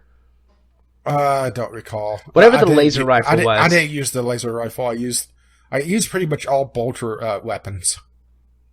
Yeah. But, I mean, honestly, the end of the game, right up until the ending, was great, because all of the rest of your what are they? The red guys. Blood Ravens? The Blood Ravens. The Blood Ravens show up, and it's like, Yeah. oh, this is awesome. And then you get to that final battle, and you're like, oh, this is garbage. Mm-hmm. And then the ending. Yeah, it just felt like it was rushed, and they were setting up for the sequel that just never happened because of sales. Yeah. And then the stupid ending. He just is like, okay, fine, I'll submit. And I'm like, no, dude, don't submit. You've been on this huge adventure. You've got people to support you and back you up with what you saw and what you did. Fight it. He's like, no, I'm going to submit. You can arrest me or whatever. It's like, you're stupid. Well, I'd like to think that in the second game, you're trying to prove your innocence or you're being betrayed. It really feels more like the story that they were going for. Yeah, because you have your the one guy that supported you in your 3-man squad dies, so you have this little asshole that supports the Codex verbatim instead of the spirit of the Codex. The Codex Astartes. Mm-hmm. So he's this rule-touting asshole. Yeah. And he's the one that turned you in. Yep. And they have this huge thing hanging over you that you're able to resist the touch of the void, or I think it was the void or the warp or whatever. I will admit that I'm not a huge 40k lore nerd, so maybe it's partly lost on me to begin with. But I did absolutely love the first, I would say, 2/3 of the game. It's just the last third felt like it just was a letdown. Yeah. And I would say that I would love to try the multiplayer, but there's really no one playing, and the people that you could find, will just wreck shit. Yeah. Well, okay then. So my next game, my second to last game, is Transocean, the shipping company. I actually bought the 2-pack that had the first and the second Transocean, but so far I've only played the first one. This is a simulator-ish type game where you are in charge of a shipping company, like big container ships, and you have to manage your company and grow your fleet, and make money and have a reputation, and good reputation. Don't break the law, because you can ship like contraband and try and smuggle and stuff with smaller ships. Or I mean, heck, you could do it on big ships too, but. Yeah, this reminds me of a game I used to love to try to play. I was never particularly good at it, called Port of Call. Yeah. Is that the old, or like it's That's the very old shipping game. Yeah, I think I've played that before. And I never was able to do much in it because every time I was able to control the ship well enough to dock it. Yeah. And trying to use the tugs, it just, sapped your profit. So, wasn't worth it. Yeah. You're using an absolutely huge ship, and that's not available in the early game. Yeah, so far I've only played a free game, like a free game on easy mode, just to kind of learn things, learn how to play. And I'm doing okay, but again, I'm playing on easy mode, so there's no penalties if you miss a shipping window, and the tugs, they still cost money, but it's like minuscule. It's like $100,000 to use a tug, which. I mean, that sounds like a lot, but most of the shipping orders that you have in easy mode are worth, $1 million plus per order. So, you cut 200,000 of that, one for a tug at each end of the route, and you're still making tons of money. But I mean, I'm basically just kind of getting the hang of how to play. As your shipping company grows, you can expand like to other parts of the world and get really big ships and things like that. So there's also a career mode, which I'm going to check out because I've got a handle on how to play. So now it's just kind of refining. I do hate the stupid mini game though, when you have to dock and undock your ship, which is the main reason I use tugs every time. Yeah. It just is time consuming. But I mean, on higher difficulties, I'm sure you have to use it. And I haven't played the second one yet. I want to complete the career of the first game before I play the second one, but supposedly the second one is superior in every single way. Yeah, I'm just looking at the reviews for the second one. There's absolutely a ton of negative reviews for it, though. Are there really? Yeah. The first one has mixed reviews. Yeah, and so does the second one, but it's at 42%. Okay. Let's see. Multiplayer is pretty much dead. Well, I don't care about the multiplayer, though. I don't really see how gameplay being exactly the same as the first is particularly a bad thing. I mean, the first one's gameplay is great, unless there's something that comes up a little bit later on that I haven't got to that sucks. Aside from Hmm. that little mini game, which is kind of frustrating, it's fine. And I mean, once you get more than one ship and you're running multiple routes, I couldn't imagine, even on a higher difficulty, needing to play the mini game for every ship.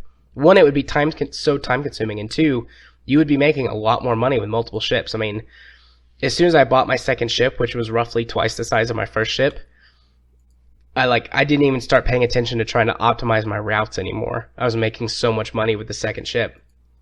Yeah, but you're also running in essentially free play mode, so True, but I would imagine that with two ships you could stop doing the minigame at that point. And they're not that expensive either to buy a second ship. You just buy a used ship instead of a brand new one. No problemo. But who knows? yeah. Haven't got to it yet. So yeah, Transocean.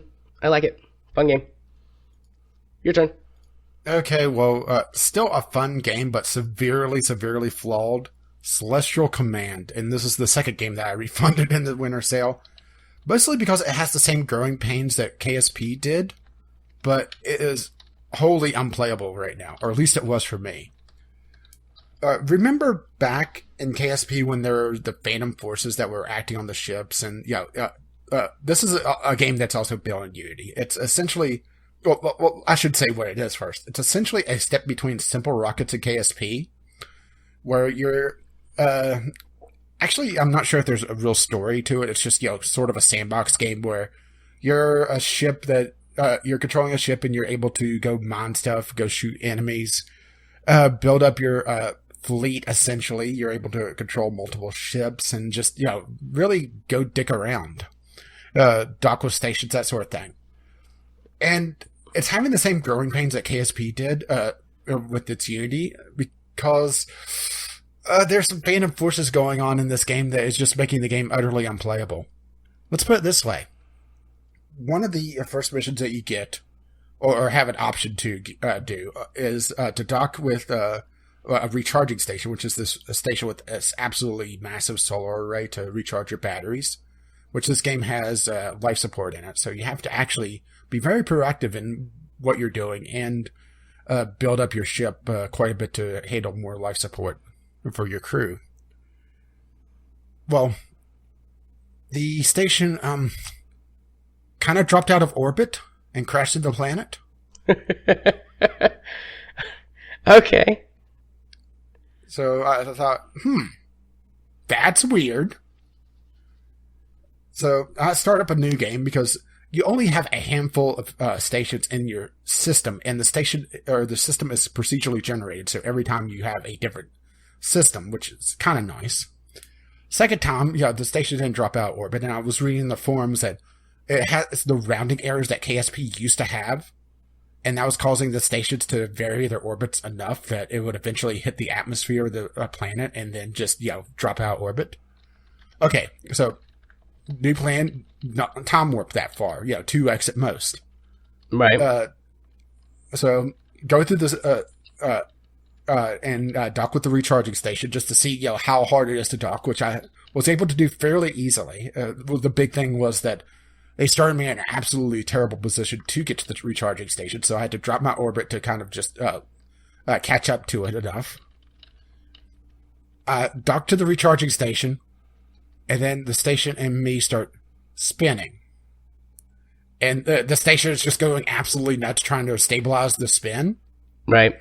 And it's just spinning faster and faster and faster. And I could see it trying to stabilize the spin, but the Phantom Forces between my ship and the station were just adding further and further to it. So it's like, okay, this isn't working. I decouple, and it slingshots me into the sun. That does suck, but it's quite funny. Yeah, I had enough Delta V to barely miss the sun, but I didn't stick with it because it would have pretty much burnt me up. And I didn't have enough fuel to, try to dock anywhere. Right. And the station itself, once I decoupled, I'm not sure why, but it left the planet's orbit, and then the planet caught it again, and did this gravity break and was flinging it to another planet. It's a beautiful ballet. Interesting. And at that point, I just refunded it. I didn't discover this game until I looked at it on your list. If I had known it existed before the sale, I would have bought it in a heartbeat. It's on my wish list now. Yeah, I refunded it and I put it back on my wish list to check it out once it leaves the alpha states. Because right now, it's still in heavy development, so it's one of those games that maybe I should have held on to, but at the same time, it's utterly unplayable right now, and I understand games in early access having bugs, but at the same time, having it where the station fucking throws me into the sun is a little more than a slight bug. Yeah. Next time it's on sale, I'm going to buy it. Heck, it's only $10. I might buy it now. Yeah, it was down to 8 something during the winter sale. Yeah, I was going to say, a game in early access, like early access, probably wouldn't go on sale for much It less was something than that. that looked interesting, and I like the idea of it being a step between Simple Rockets, where it's still a 2D plane, but it's actually a lot more complex because you have to deal with life support, and the big thing is building up your ship to go do other stuff. Right. It's sort of almost the No Man's Sky formula, where you're building up your thing to do other things. Well, in this case, you're building up your ship to go to other planets to mine other asteroids to build up your ship. Granted, there's going to be more later, but right now that's it. Right. Well, And also the asteroids have different minerals on them as well, and each mineral and stuff unlocks different things. And yeah, I'm in. Building a spaceship to go mine things, like the object of the game. Build a spaceship to mine things better. I'm in. Yeah, and I do like how they have it where it's the ships are essentially Legos, like in KSP, but there's also this linking system where you're putting together all the fuel tanks to filter down to the engine, and it looks like it could get very, very complex. Is that what all these little, like, I'm looking at the screenshots. I actually opened up all the these store little page. dotted lines. Yeah, is that what all those are? Yeah, those are links. Okay. Yeah, I'm in. I'm very disappointed that it's pretty much unplayable right now. I mean, it does look very good. Yeah, I'll probably buy this game tomorrow.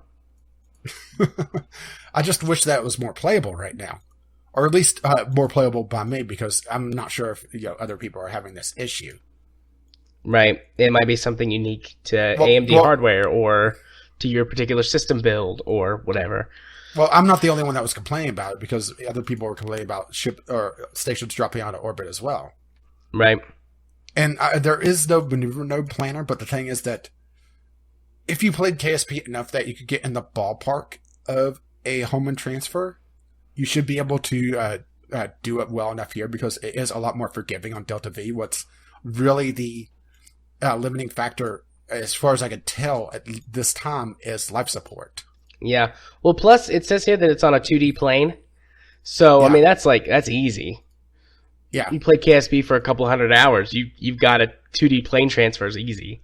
I can do the MUN in my sleep.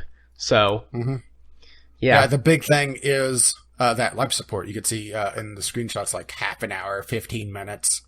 Yeah. But granted, I think that there's ways to generate life support off station. And you can build a ship to essentially run between your big miner and your the station to as a cargo hauler. Yeah, I'm in. I'm definitely going to buy this game later. No sense in doing it tonight because I have to go to bed because I have to go back to the clinic tomorrow, but I'm going to buy it. Yeah, it's just you have a bigger tolerance for broken games than I do. It's something I'm going to pick up again later. F5 for safety. Well, I don't think it has an F5 system. It's pretty much just you're essentially, even in single player, you're running a server, and this has multiplayer, by the way. Ooh. Interesting. All right. So yeah, man. Maybe once this is more stable, there could be a Friday night streaming thing. Yep, I'm in. Which I thought about sending you something from Tabletop Simulator as a Friday night thing, but I wanted to talk to you about it, but we weren't able to even talk during the winter sale. Yeah, it's okay. Okay, well, so that was your last game. This is my last game. Inevitability. This is a little Yeah, this is something I've never even heard one of. or one or two person indie game. You start out as a drone. Basically, you're a little drone, and you're on a planet, and you have to mine the planet to get materials so that you can build a ship. Well, I see why you have this game. And then you use that ship to mine materials faster, and then you can build another ship or a bigger ship, and so on and so forth. And it's got small procedurally generated galaxies, and basically you start from nothing, you build a fleet, you go kill all the AI and conquer the galaxy, and then do it again. And it's got, a Lego block building system for your ships and stations and things, and you just do that over and over. This is essentially my last game. Yeah, but a lot simpler. Because there's no real physics. Stuff has inertia, so if you stop firing your thrusters, you'll keep going for a little bit. But you slow down, stop eventually. So it's not. See, in my game there's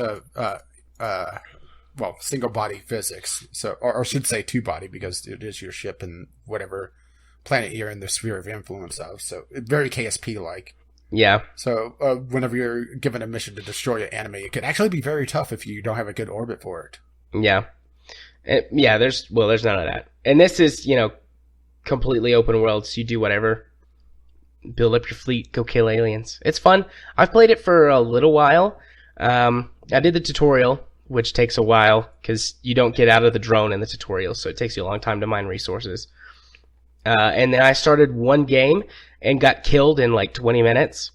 Because I was like, I built a little ship. I'm going to go explore my little galaxy. And then I ran into someone who immediately killed me and I lost. I was like, okay, I should probably stay on my planet for longer next time. But I haven't played it again yet. So, but this game does have things like life support and stuff like that as well. So, it does have that element, you have to mine things to refill your life support and all that jazz. But it's a lot more simple than what you just described with Celestial Command. So, but it's still fun. It's super cheap too. Even normally, it's only $5. It was $2 on the sale. So, fun game. And that's my last one. So, yeah, we've finally gotten through it at an hour and 50 minutes. You know what that means? It's time for a bathroom break.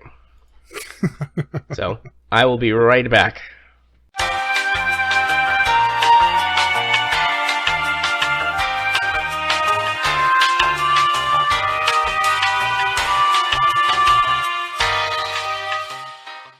All right. So, we're back after our bathroom break to finally talk about Crimson Skies. Yeah, we're only a couple weeks late on this. Yeah, it'll be fine. Thankfully, for our next game, when we get to the voting, we've both played it before, so basically we just need a refresher. So I can talk about it now.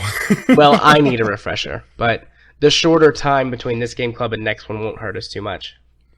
Well, also, it's a game that really doesn't need that much time to begin with. But, yes, okay, Crimson Skies.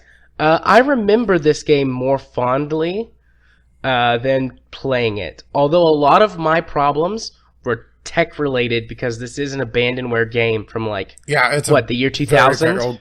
Yeah, it's a very old game. For me, it refilled all the nostalgia. Looking at it a little bit more critically these days than I was when I played it the first time, I did have a couple of small problems. Mostly, my biggest problem is that there's no throttle indicator anywhere that I could find. And there was a couple times that I dropped my throttle to try to get behind someone, and I forgot I dropped it, or dropped it further than I thought. And the only way to really tell how far your throttle was dropped was just by the engine sounds, and because everybody chatters so fucking much, it's really hard to pick out your engine sound at times. So I dropped out of the sky a couple times. Right. So let me explain to you. Let me regale you with the tale. Well, we really should say what Crimson Skies is first, for those who haven't played it. Crimson Skies is an alternate history, Depression-era a dogfighting game where you're playing Nathan Zachary, leader of the fortune hunters, on the path for treasure and debauchery, essentially. Yeah. And and you fly around in a giant zeppelin called the Pandora. Yeah. And the game at the time did a lot of really neat, interesting things. I don't know if it was the first to have like customizable aircraft and things like that you could choose to fly on your adventure. Or at least customizable to this degree. Yeah. Because you had your weapon loadout, your armor loadout, cosmetic changes. You could do a lot of stuff with the customization. And even to this day, you don't have that much you could do in these dogfighting games. Yeah, I mean, certain games have done it, I think, pretty well, but by and large, they don't. So, I mean, Crimson Skies was good at that. The story, was really, really good for the time. I mean, heck, it's still good by today's standards, I think. Yeah, in the early game, it's really disconnected, but it does start pulling things together later on. Granted, I didn't get far enough in to get to that point on my refresh, and originally when I played it, I didn't get far enough to finish the game. I finished the game a long time ago, but I only got through 2 missions on my refresh. Oh, see, I got through about a dozen. Yeah, well, let me explain why I only got through 2 missions. You had the plague. Well, no, it's not even that. Let me regale you with the tale. Here we go. So I downloaded the Abandonware game, got it working really quickly, no problems on that respect, getting the game to run. But once it went to run, I couldn't get it to run at a modern frame rate. It wouldn't recognize my graphics card. It wouldn't, like, I tried turning off my 480 and running it through integrated graphics. That didn't work. So I just, went back to the 480 and left it. Couldn't get it out of 640 by 480, so that left my options being playing it in a tiny window, a stretched window where things were kind of visible but also looked kind of bad, or playing it full screen where everything looked like hot garbage, but at least I could see what I was doing. See, for me, the menus were still this little window, but it was in the corner. But then once I got into the proper gameplay, it ran at a perfect 1080 60 FPS. Nope, I had frame rate issues. It never dipped below 30, so, I could handle it. I just accepted it as old game problems, but whatever. Yeah. I even could have handled the way that it looked. Because, I don't care about looks. Everything was still readable. It was fuzzy, but it was still readable. So I could have gotten through, reading stuff and looking at what was going on. That was no problem. Where my problem came in was that I thought, well, okay, it's a long shot, but maybe it'll work with my joystick. Didn't work with my joystick. Yeah, that was a bit of a disappointment for me. Originally, the first time I booted it up, it actually detected my DualShock 4 controller and was handling it like a joystick. Granted, only one thumbstick was working because it didn't know, hey, what the hell is this second set of axis doing? But, it would have been good enough. I don't know what happened in between the first time I loaded it up and the second time, but it just refused to work. Yeah. So instead, I had to use, I tried using the mouse joystick or the mouse controls, and even turning down the DPI on my mouse all the way and filling with the controls there, it was just way too fidgety. Yeah. So I eventually had to go with keyboard only, and that's not exactly ideal. Granted, there is a lot of aim assist in this. I'm not sure if you noticed that, but how much aim assist is in this game. Yeah. Well, you don't have to get directly on, or at least in keyboard mode. But if you're close enough, it just nudges it, which I could understand. But at the same time, if I was playing with a controller or the joystick, I hope that's not enabled, because that's kind of taking all the real challenge out of it. Even though the real challenge of this game for me was some of the secondary objectives that kept popping up during the missions. Right. So anyways, back to my story. It didn't recognize my joystick. I wasn't expecting it to, so that was okay. I figured it would recognize my controller, though. Nope, didn't recognize my controller. So then I got my Steam controller, and I was like, well, it should recognize my Steam controller, because the Steam controller basically works like a mouse. Nope, wouldn't recognize my Steam controller.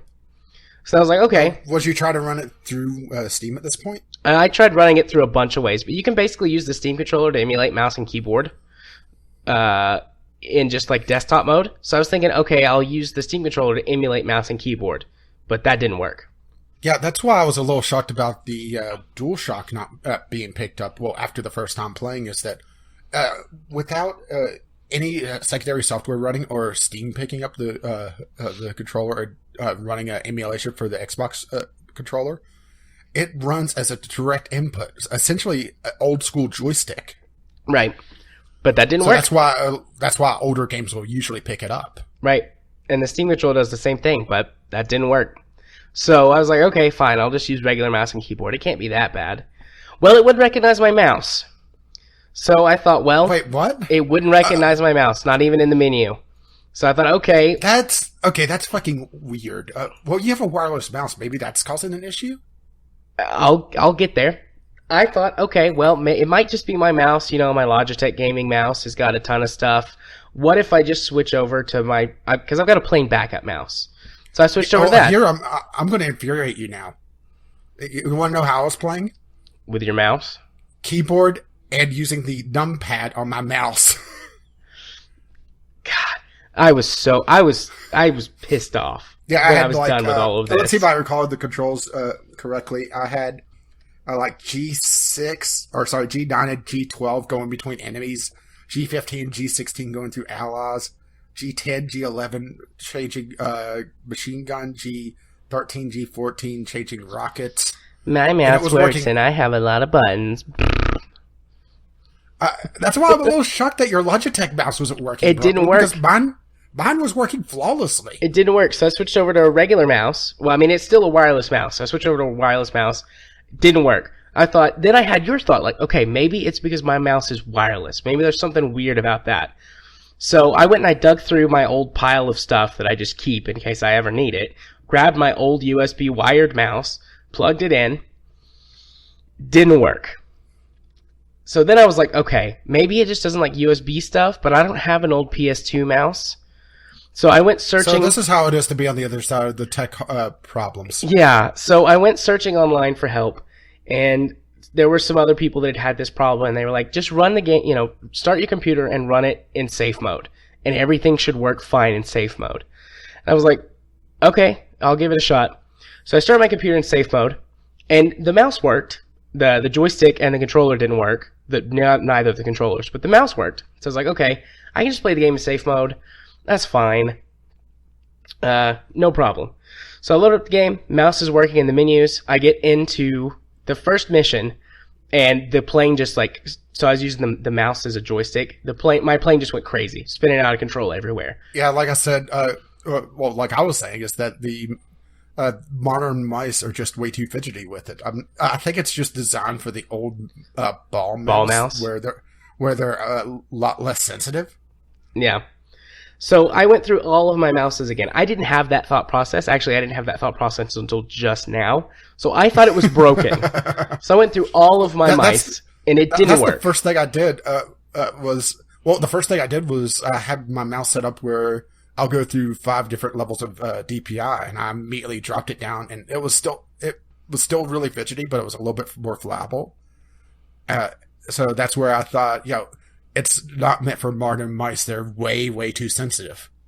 Yeah, so I went through that, and then I went, you know what? It works with the keyboard. I will just play it keyboard only. It's not optimal, but I can turn the difficulty down, and I'll get used to it after a few missions.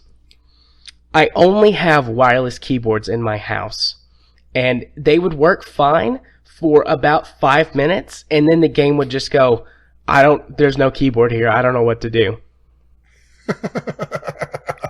every 5 to 10 minutes.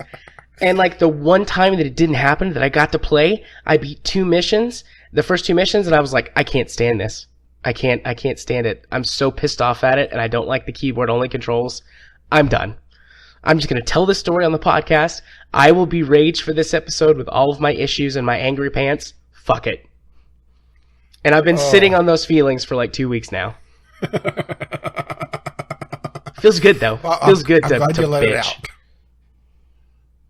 Bounce the problem on a chair. with the keyboard controls is that they're so fidgety with the more agile airplanes. Whenever you're on the mission to steal the blue streak, about I would say 5 or 6 missions in, Yeah. where you unlock the nitro boost on your aircraft, or at least that particular one. I think it unlocks the build orders that you're able to build your custom airplanes that you could get nitro boosts a few missions later after that. It's just so fidgety with it. I wish stealing something from KSP is that the keyboard controls were like in the refined control, and so instead of immediately going from center stick to full right or full left, it would do a general curve. Yeah. You make fine adjustments more easily that way. But no. Yeah. I mean, the game is 15, 16 years old. It was in an era where joysticks were still pretty much standard issue for most PC gamers. Mm-hmm. And until the 360 era, that's when controllers really started becoming more ubiquitous, because that's when everything sort of kind of standardized, because all the games that were coming from the Xbox 360 were supporting the 360 pad right out of the box, and they were still fairly cheap. Right. So, I mean, I didn't have a good experience, but are there any areas of the game that you'd like to focus on to talk about? Because I would like to talk about some of the things that pop up during the missions, because I had the mission where you're assaulting the airfield. I must have replayed that half a dozen times, because, okay, you're assaulting this giant posse, essentially, that's forming up to go after you, and you're assaulting their blimp that is moored, and your lady friend goes in and sabotages it, so the blimp is unable to take off, so it's a sitting duck. Right. And the idea is that you have to get 3 of the 4 targets on the side of the blimp, enough damage on them, which is pretty easy to do, actually, with a rocket, which the first time I played it, I didn't really use rockets all that much. This time, I abused the ever-living hell out of rockets, and if you have a plane with enough hard points on it, which I built one that had a little bit more hard points, you could just wreck shit with them. Which mission was it? This was the one that you fought Paladin Blake in. I can't remember the name right offhand of the mission itself. I'm looking through the list of the missions, like... Just look, defend the Pandora, because that's the sub-objective that pops up about... Well, as soon as you hit the Zeppelin, enemy aircraft spawn and start attacking the Pandora. And the way you take out blimps in this, or either there's usually some sort of target or something on the blimp's envelope where you're able to knock them down enough to destroy the blimp, or you take out their engines, and the engines are fucking fragile.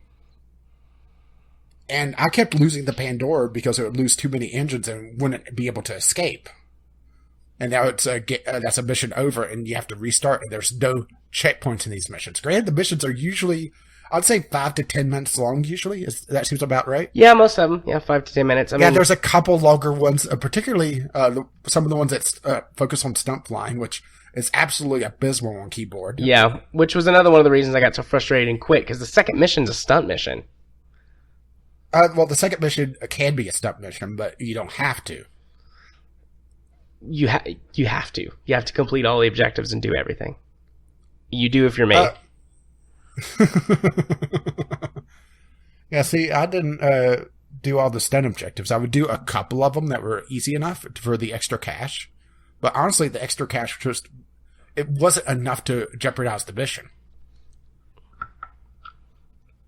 Yeah, I was just like trying to amuse myself, like try and make it fun. So I was like, okay, I'm going to do all the stunt objectives too. That was a bad idea. Boy, this is like the inverse of Skyrim. Because I absolutely love this game, and I'll probably keep it installed and play it on and off for the next few months to finally beat it. I genuinely like the game. It's one of those things that it is very, very finicky. Yeah. But I absolutely love the style of this game. That's one thing I think that's what I really miss most about this game, is that it has style oozing from it. The moment that opening theme starts up, when you hit the main screen and hit the main menu, it just is absolutely amazing.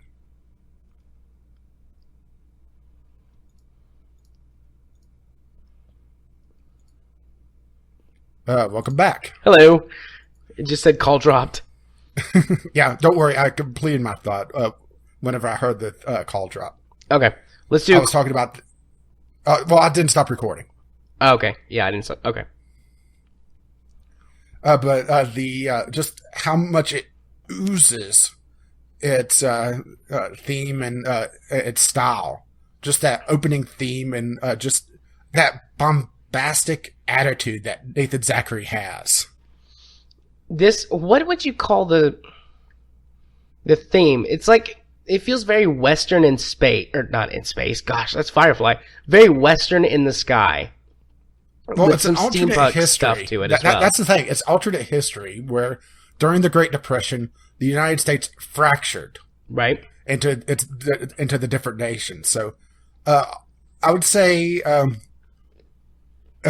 alternate history is really probably the best way to describe it, because there's no really way that you could describe it otherwise. I suppose just like the physical or the styling of everything, the way that everything looks, it feels very Western to me. Yeah. Well, it's a pirate game at the heart of it. Right. That's true. So that's going to be part of it. It's just where it's pirates, yeah, granted, they're sky pirates, but at the same time, they're pirates. So it's just, instead of a nautical theme, it's an aeronautical theme. Still has the word nautical in it. Would space be astronautical?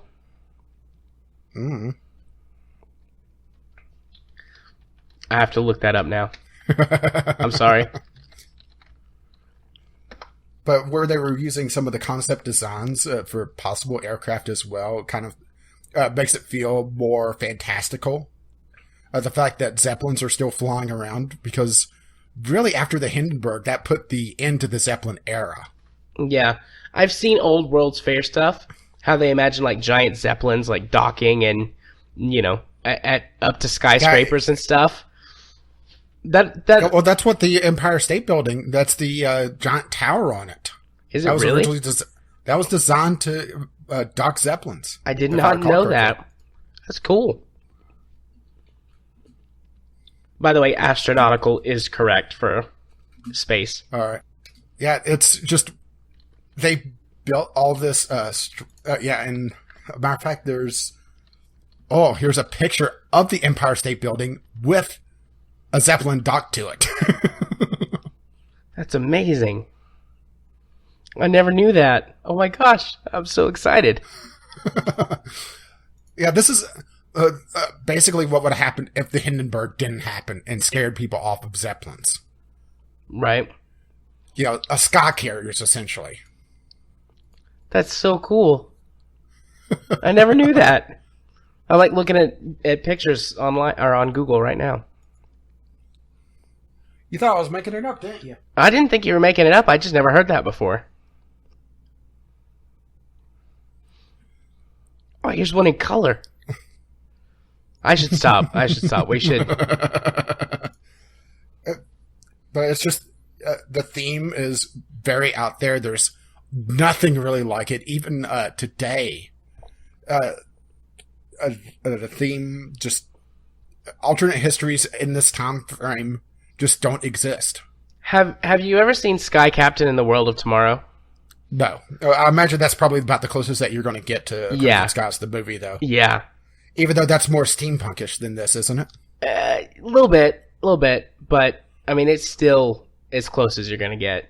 Like, it's a bad movie, but it's also like the only movie that exists, so it's like you just have to love it. Yeah. I don't know. It's fun. I kind of want to go watch it right now. Yeah. I know that they did make a sequel to this, but the thing is that they also kind of lost the spirit of the game. They made it Xbox only, original Xbox only. Right. They put in turret sections, if I've read the reviews correctly, which just sucked all the joy out of the game. They did. I've played that one as well. Yeah, well, I imagine you could talk about it a lot more than me, since I'm basically just going off reviews because I never had an original Xbox. So go for it. Yeah, I mean, they put in turret sections where you would have to defend either, a tower or a Zeppelin or whatever, or you would be like the tail gunner on another plane. And that was, it kind of sucked, but I think the spirit of the first game is there in Crimson Skies too, but they tried to, what's the right way to say it, go a little more mainstream with it, I guess, and put in things like that. The customization is scaled back a little bit too, which really sucks because that's what made the first one. But if I remember correctly, it had more planes. So even though you had less customization options, you had more planes, so it kind of evened itself out. Yeah, I will say that if you don't know what you're doing, you can screw yourself big time on the single player campaign, because you could build a couple aircraft, and that's about all the money that you have for a while, unless you're doing all the stunt stuff, which you may be able to scrape enough for a third plane. Right. And if you waste your money on a plane that doesn't work well, you're kind of screwed because you're stuck with it. You can sell it off, but you're not getting back what you're putting in naturally. So, if I remember correctly, Crimson Skies 2 gives you the planes, and so you have access to all the planes as soon as you unlock them, and then the money gets spent specifically on the customizations. So even if you make bad choices, you do get better planes, or you have other planes that could still do the job without additional customization. So they kind of took care of that in that way, if I'm remembering properly. But High Road to Revenge. Which, since when are there roads and skies? Well, outside of Back to the Future. Star Wars, the prequels. I thought we don't acknowledge those. So, I just wish that they made games like this still. Yeah. Well, the closest that you get is the indie scene, but even then, you don't have a flight sim like this. I can't even think of one that even approaches this. No, nothing that I've ever seen has. There might be something out there, but if there is, I'm not aware of it. But let me just say that wave of nostalgia as soon as the opening theme hit, just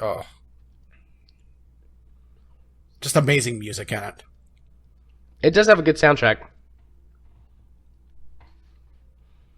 The sound design in general is really good. Although a lot of games, I will say that gameplay wise, and this does relate to the sound design, is that you can get a lot of over information because all your wingmen and squad mates will say, bogey at 5 o'clock, but bogey coming up you at 12 o'clock, and they will do it at regular intervals.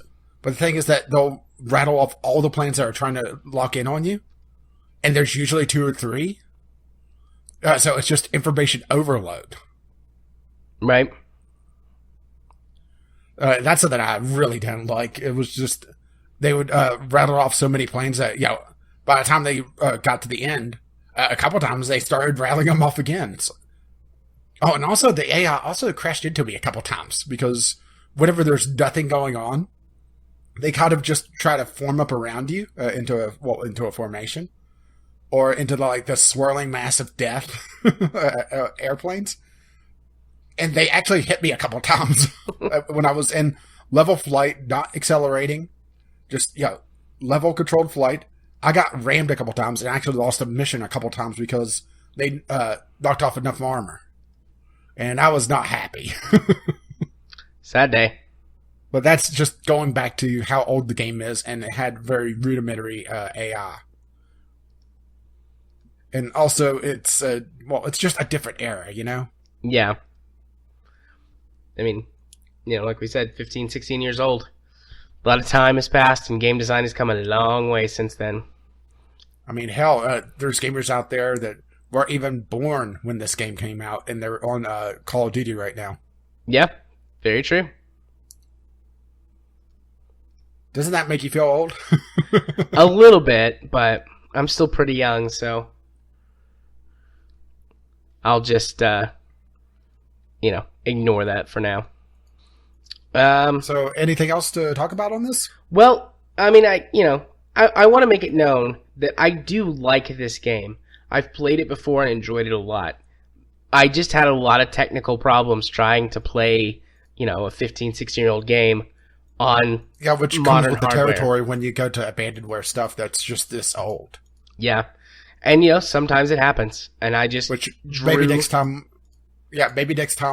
we set up that has an abandonware title in it for the choosing, or the voting, I guess I should say, is that we should make sure that we could run all the games beforehand. We probably should do that. Because I didn't think that you would have this much issue. I mean, I just, I drew the winning lottery ticket for shitty performance. Something about my hardware configuration, I'm sure, just, didn't work. Well, I will say that the first time I installed it, it wasn't running all that well, so I got a secondary copy from another site and ran all the patches again, and it worked fine, so maybe it was just that. No, I tried that. I left that out of my story, but I tried copies from like 3 different sites. Or the other option I could have done, if I knew that you were having issues and you told me, was I could have just zipped up the copy that I had and dropped it in a Dropbox for you. I thought about it, but then I thought it would be funny for me to just like bitch for once. So, especially after I bitched about Skyrim. Yeah. I also tried it on my SSD, like thinking maybe for some reason it just like, but no, I didn't do anything. Ah, well. Weird. C'est la vie. Okay, what are we at? 2:24 minus some time for the break. 2:20. Okay. Yeah, we're fine. So it's time for to reveal the next Game Club game? That's right. Well, first I'm going to slice in Ghost Shark's little bit where he talked about Crimson Skies in his audio letter. That's going to go here. And then after that will be the voting. Also, to keep things short and easy and editing-wise for me and whoever is going to edit this, I'll go ahead and throw in my little review of Crimson Skies as well. Hopefully this is being done all in one episode, or I'm recording this for the right episode, but if not, well, oops. I didn't actually get a chance to play it because of time, with the holidays and stuff, or me being lazy, or, a combination of the two. But I do have very fond memories of my time playing Crimson Skies. The story, at the time the graphics were great. They were, I'm not sure of the technologies and stuff, but I do remember it being kind of cutting edge graphics for its time. The gameplay was amazing. It was smaller scale combat. It was arcadey with a little bit of with just enough realism mixed into it for me. Realism in terms of an alternate reality game where a bunch of crazy designs that never was, that never were flying through the air.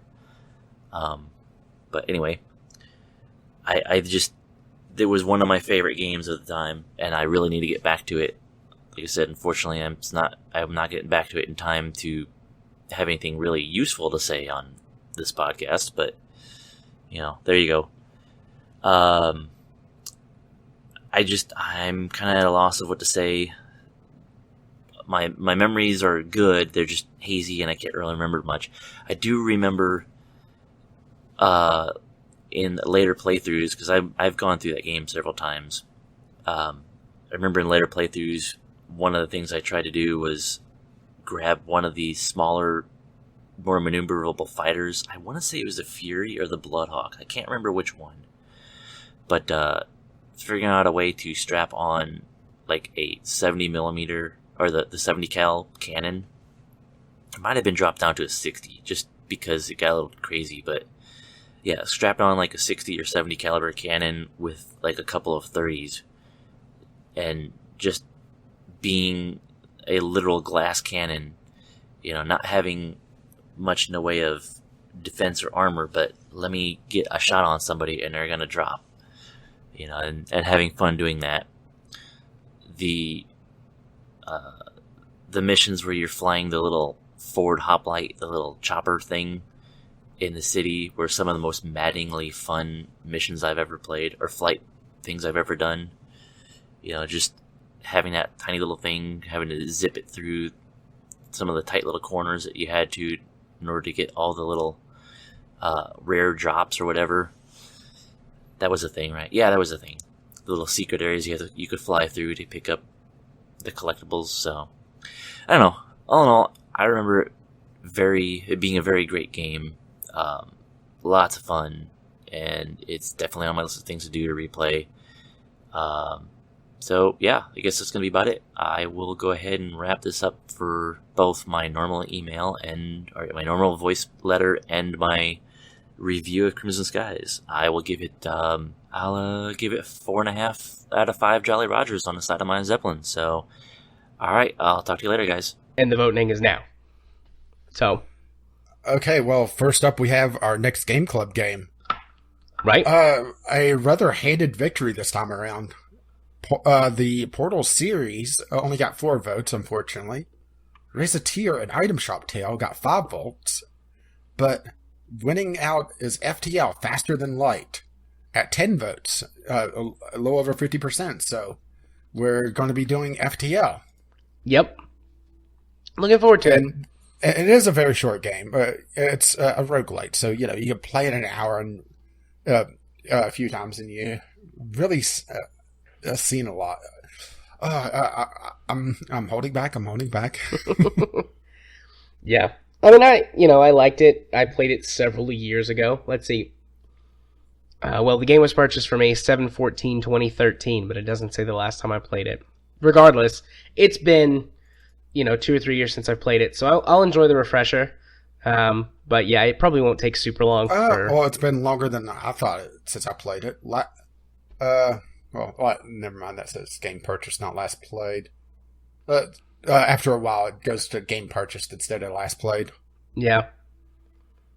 But I bought it. Katie and I went on our first anniversary trip, and I bought it on the summer Steam sale.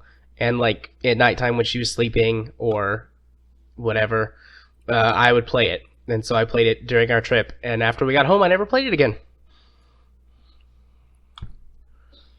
So that's my history with FTL. Okay, so I guess we're going to go into what we have for the February Game Club. Yep. Which we're going for a theme this time around. Yep. This time we're going for love and romance. So all 3 of our games follow that theme. Yeah, some to different versions of that than others. Mine is Life is Strange. Yes. A more friendship, a love of friends than actual romance. Right. Which, from what I could tell, I will say that I've avoided spoilers to this like the plague. Yeah, I have. And I swear, if you spoil this for me, I will hunt you down and I will fucking end you. I've never played it. I was going to play it for my channel like a year ago, and then I never did. So I've never played it. I've had a few things spoiled, but by and large, the story is unspoiled for me. So it'll be. All I know is that time travel's involved, but that's in the tags. So yeah. My choice, actually, we had a little bit of a talk about this, and I changed my choice to If My Heart Had Wings. Both of us purchased the full version, fairly recently. Yeah. I got it during the winter sale, and you got it during the autumn sale. Right. And I had been meaning to play it as well. I was going to play it during my my little break from the clinic, but then I got sick, and I haven't played hardly any games, so I guess it was a good thing that I didn't play it. Yeah, both of these I'm going to be going through fairly soon. These are games that I don't think would really fit on my channel all that well. Yeah. Yeah, If My Heart Had Wings doesn't win, I will just start playing it. So, I'm going to be playing that in February, regardless of whether or not it's the Game Club game. And then the game that we decided to be like our together pick is Kanawa Shoujo. Cripple Girls. Is that what that means? Yes. Wow. Okay. What did you expect from a 4chan game? Good point. So yeah, this is but granted, that's about the most 4chan-ish thing about this game. This is one that I've actually played. I would say fairly well through. I haven't done 100% on this. But it's a visual novel that was originally inspired by a piece of art from 4chan and grew up from there to be a full visual novel that's free to play. Yeah. For its history, it is done very tastefully. It's really surprising. Yeah. I've wanted to play this one for a while as well, and I just never gotten around to it, so I'm kind of hoping that either If My Heart Had Wings or Catalyst Shoujo wins, and then I'll just play the other one in February as well. But I mean, if Life is Strange wins, that's fine too, because I want to play that. For me, it's I'm probably going to go through both Life is Strange and If My Heart Had Wings. Granted, If My Heart Had Wings is a very long visual novel that has a lot of branching paths. Yeah, that one's, what did it say, 30 to 50 hours on how long to beat? Yeah, that's the visual novel database entry for it, which they go by tiers. So, let's see what it says on how long to beat. Okay. If My Heart Had Wings, they're saying in the 30-hour range, but main story 21 hours.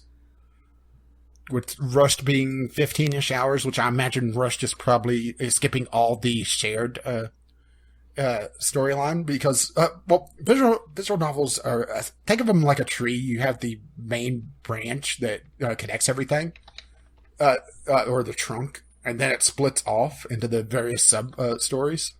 Yeah. This does not have Steam Cloud support, which is going to be interesting. I'll probably play it mostly on my laptop at the clinic. Honestly. It just would be easier. Or, well, I mean, on my laptop in general, because I just sit... Visual novels, I don't like to sit at my desk and play them. Mm-hmm.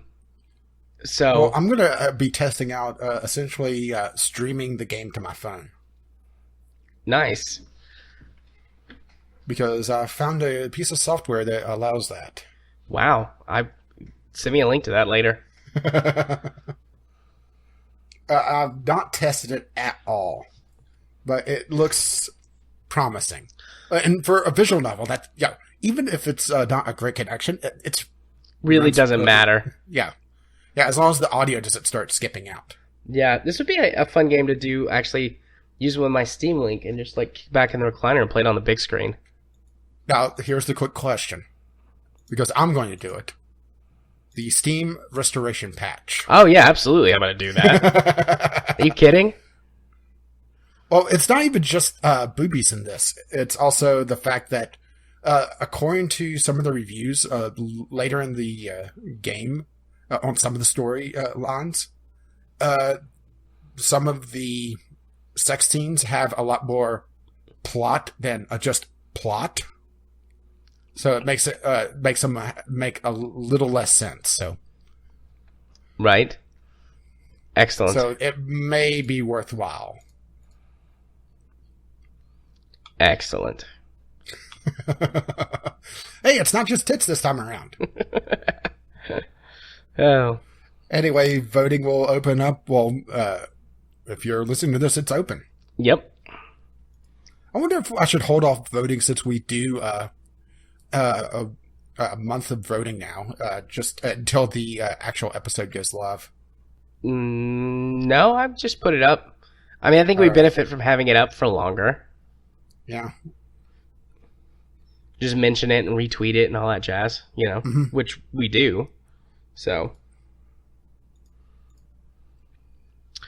Okay, well, moving on from the voting, we'll be going to our first topic. Might only actually be one winding up in the episode, and the other one might go Franken content, but...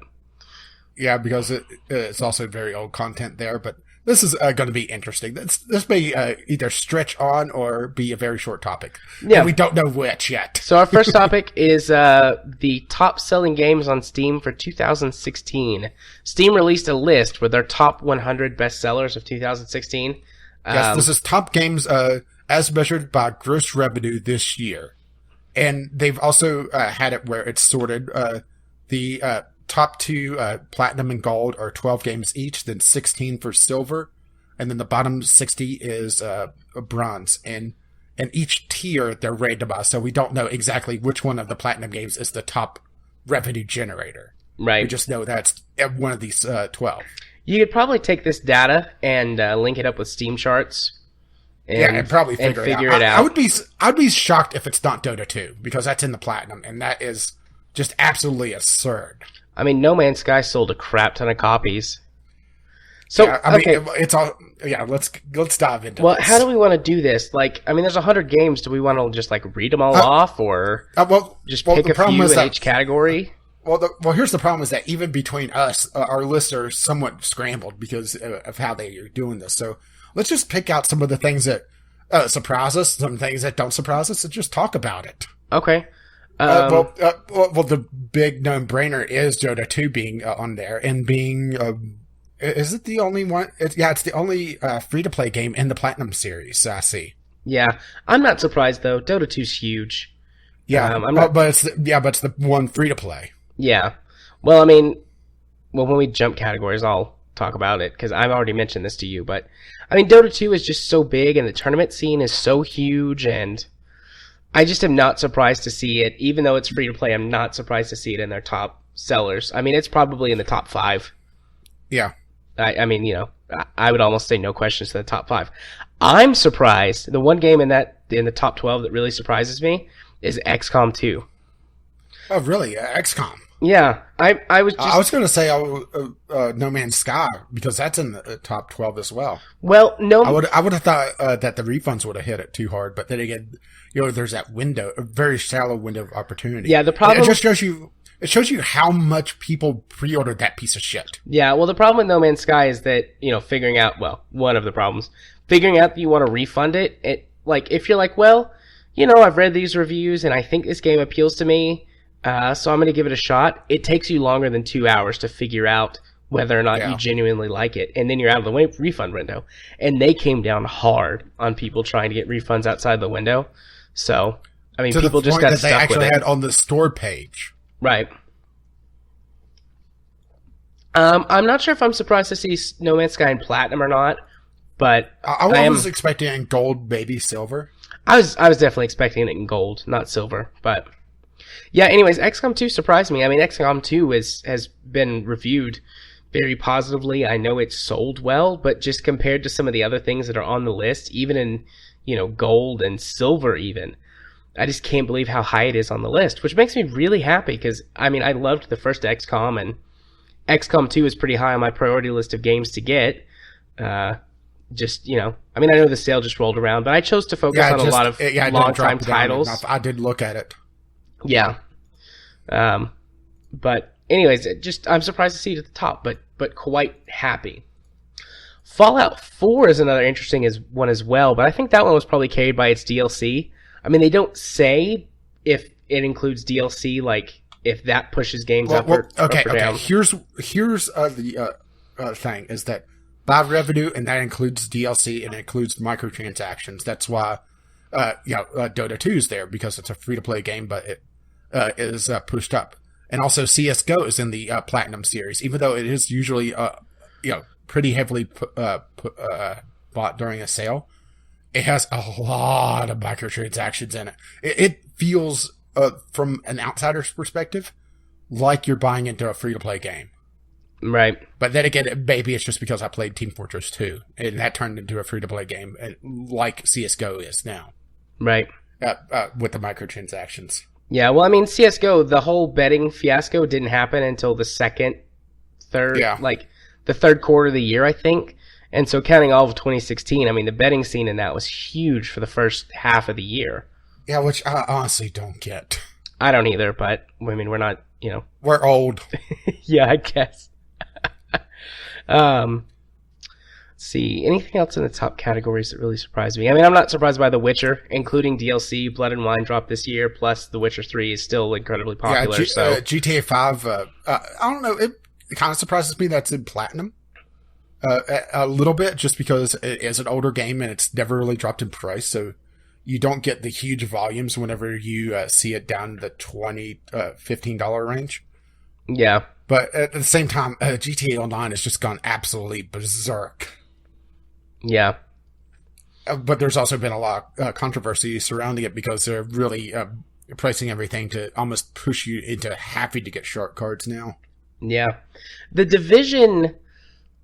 I don't know. I don't know how I feel about The Division being in Platinum. It did fix a lot of its problems by the end of the year, but it had a awful launch, and that usually drives a lot of people away. So I think it's a bit of well, I'm going to use the term "No Man's Sky syndrome" from now on, because it did have a lot of hype surrounding it when it first was being announced, and all the build up to it. Yeah. Granted, they took out a lot of features that they were promising in it, but yeah, the hype was still there, and a lot of people bought into it early.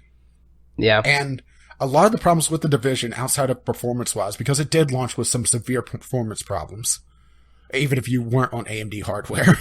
Yeah. It didn't really, you didn't encounter them until you were at the end game, and that is well outside the refund window. So I think people may have gotten stuck with it, and then once the DLC for the survival mode came around, and you got this King of the Hill, or well, not King of the Hill, but this battle royale game mode that you can play into now, a lot of people went back in, bought DLC, and that pushed it up further.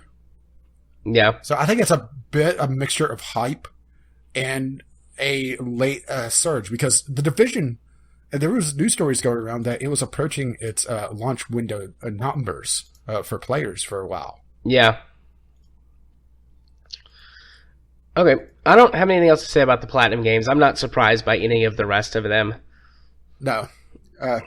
So let's move down to the gold games. I'm a little shocked that Team Fortress 2 is still doing so well. Yeah, me too.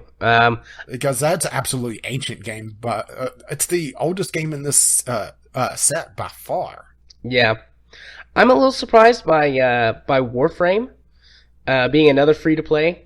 Being in the gold category means that it's either between the 13th and the 24th most sold game on Steam for this year.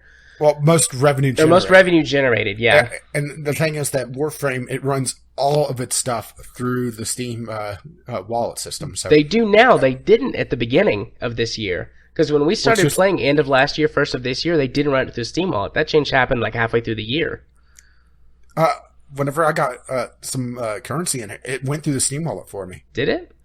Yeah. I don't remember that happening the one time that I bought currency, or one of the times that I bought currency. Yeah, this was one of the few games I actually got currency in, and I got it through my Steam wallet. I think there was an option for it. Okay.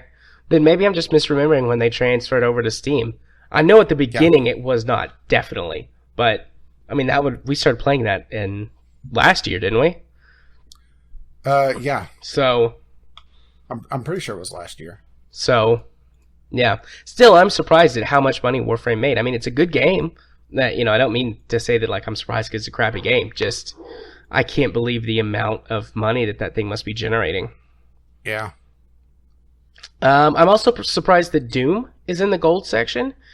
Doom was like one of the best games that came out this year, and it's on just about everybody's top 10 list near the top. Well, it's in the top 5 for almost everybody.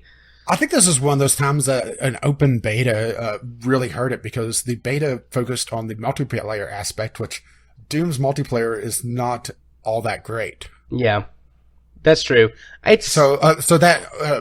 Well, let's call it what it is. It's a demo. The demo section that they put out and had just huge publicity for was for the absolute weakest part of the game. And I think that pushed Doom off a lot of people's radars, or pushed it back onto the back burner. Like, well, I wouldn't say like it did for me, because I wasn't looking to get Doom on launch anyway. I'm a patient gamer outside of Steam or just review copies, so I'm usually about 2 years behind the curve. So I still put it on my wish list. I would think I have to actually go back and double check that, but it just. That initial surge of popularity that it should have gotten, they squandered. Yeah. I mean, Doom is the game that I spent the second most money on this year. I mean, I bought No Man's Sky full price, and Doom went on sale for half off, or 40% off during the summer sale. And I had played the demo, because they did the single-player demo as well at E3. And after playing the single-player demo, I was like, I have to have this game. And I was like, if it goes on sale for $40 or less on the Steam sale, I'll buy it. And it was, I think, $35, and so I bought it. And I mean, it was a great purchase.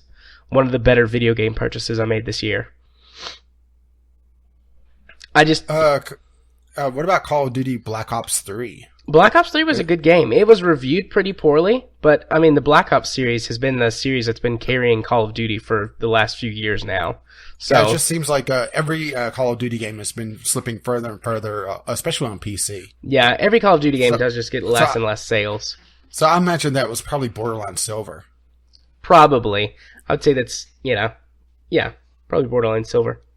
Okay, how about the is it the only? It really depends on how you define indie, but Stardew Valley being in this section as well.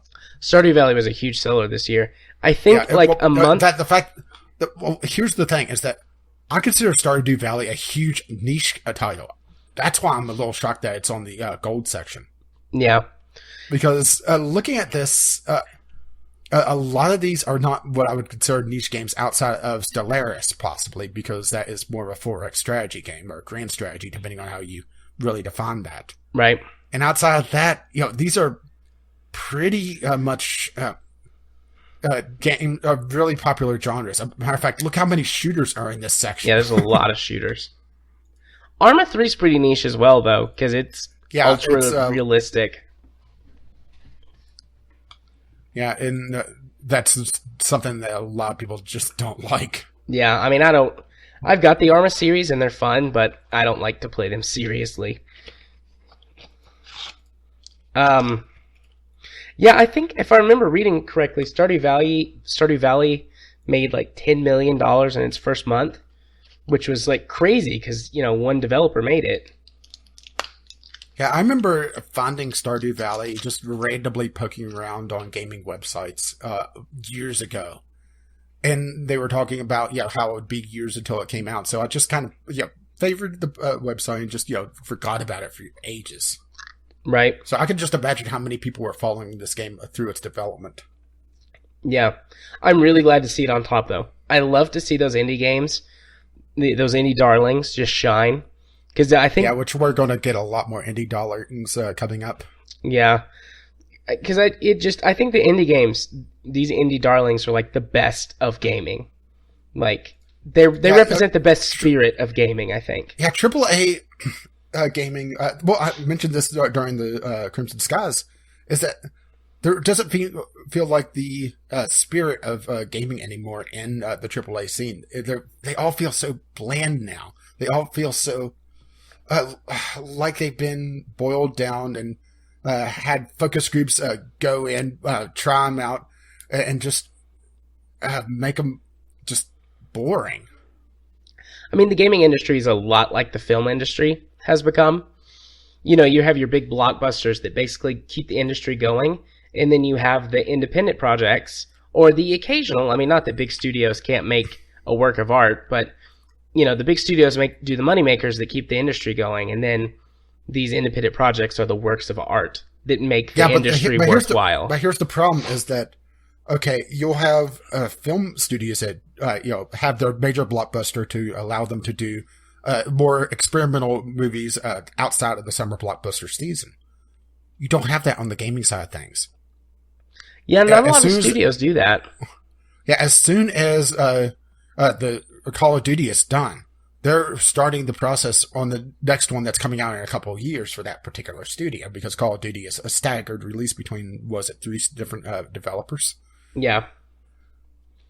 Well, I mean... So you're not quite seeing the same thing here. You're just having the AAA developers putting out the same thing and not experimenting all that much. Matter of fact, here's a strange thing. I'm going to praise Ubisoft. Wow.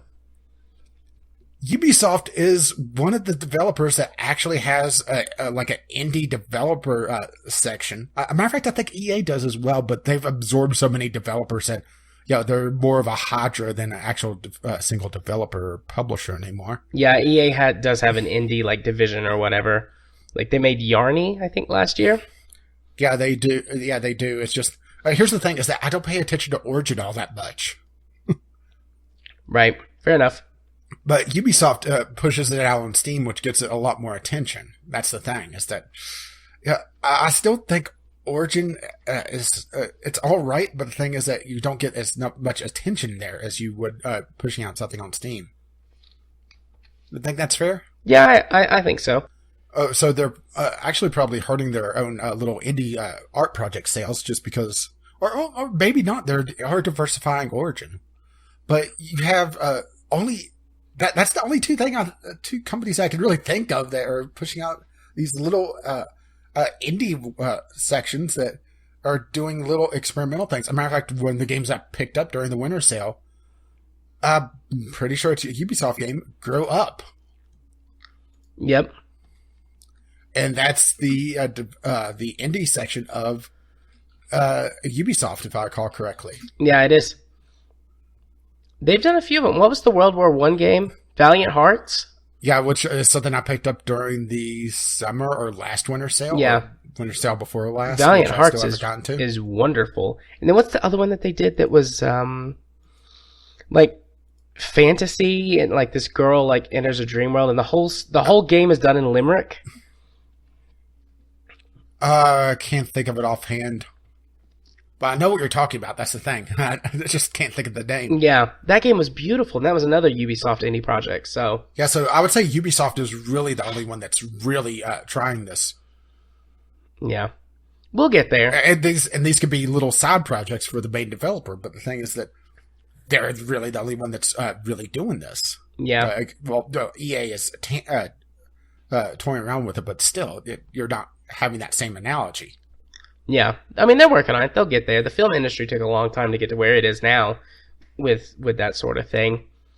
And I mean, the film industry went through its period in like the 70s and the 80s, and really the film industry has been through this several times, where big studios will come in and just chuck out a whole bunch of movies that are supposed to be money makers, and they flop, and there's a change, and a few kind of artistic projects come in and shake up the industry, and away we go. Yeah, and also in this section we do have our 2 early access games. Ark and H1Z1. H1Z1. King of the Kill. Remember, they split H1Z1 into 2 separate games, and the other one's further down. Right. Just Survive, I think they called it, but it's pretty far down, actually. That really tells you where they should be focusing, and probably are. Yeah. Never played either of them. Don't really care. Pretty much every thing I've heard about Ark news-wise lately has been extremely negative. Yeah, after they tried to sell DLC for an early access game. They have sold. After they did do that. An expansion pack for for an early access game, which pissed a lot of people off. And supposedly that also included features that were promised in the base game, even though I have no idea if that's true or not. Yeah. And then H1Z1 is also a very controversial game because Sony Online Entertainment was bought out by Daybreak Game Company, and they revoked a couple promises that the game would eventually go free to play and split the game into 2. So yeah, that pissed people off. So that really shows you that there's no such thing as bad publicity, huh? Nope. Because the 2 top early access games on here are both very controversial. And I think that's pretty much it for this. So moving on to the silver? Yeah, let's move down to the silver category. So,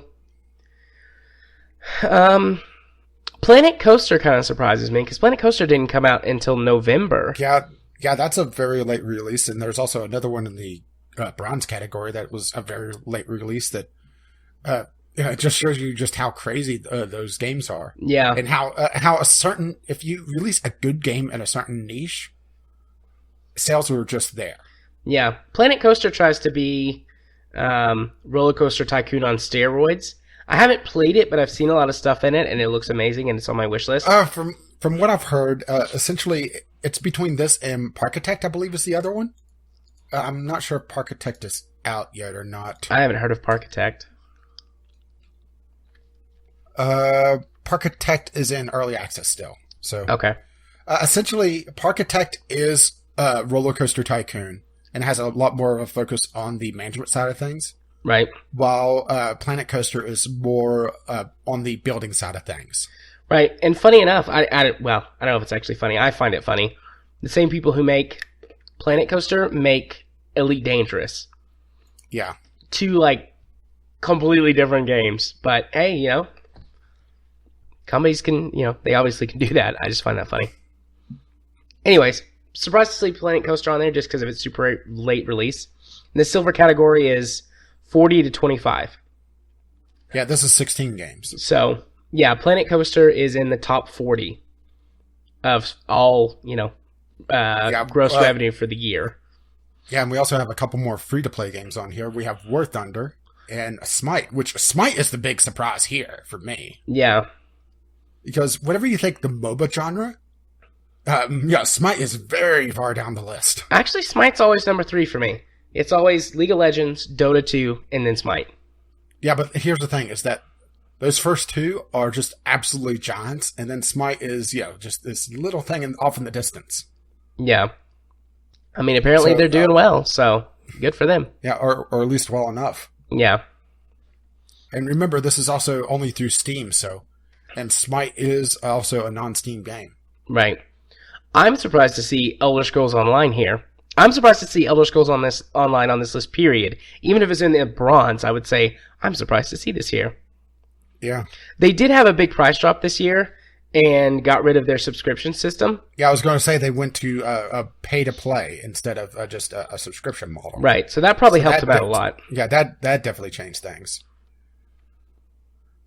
And you're also starting to get into more of the hardcore strategy here with Hearts of Iron 4 and Utopia Universalis 4. 4. Europa Universalis 4. Yeah. And then Civ 5 as well. I mean, not as hardcore, but still, I mean, it's a strategy game. Yeah, which Civ 6 was in the Platinum. Right. So 2 Civ games in the top 100. Probably one of those things where it's like, oh, new Civ game coming out. I should pick up the old one and play it. Yeah, especially Civ 5 usually goes down to about the $12 range for the everything bundle. Yeah. And it's also a bundle that, as you get more stuff in it, it drops the price. So the only things remaining in it for me are a couple of the map packs, the Scrambled Continent. So it's I could get those DLCs for like $1. Yeah. I just never did because it's just it's not really necessary. And also another niche game I would say is City Skylines. Well, maybe. I mean, the city builder genre really opened up after what SimCity was it that fucked everything up? SimCity 4? Well, remember, are we talking about the last one or the one before? The most recent SimCity that fucked everything up with its always online it was just shallow gameplay. It was just called SimCity. Oh, well, after that game... a lot of people just call it SimCity 2013. Yeah, well, after that game... I mean, that basically opened up the city building genre. Maybe it made people more aware of the genre itself because I always viewed this one also as a very niche genre just because it's almost a puzzle game almost that you're designing the puzzle and solving it at the same time. Yeah. I mean, it might be it is definitely a niche, but I don't think it's as much of a niche as you're thinking it is. But, I don't know. Regardless, it is nice to see it, though, in the top 40. Yeah, and there's Rust as well, which is also in the top 40.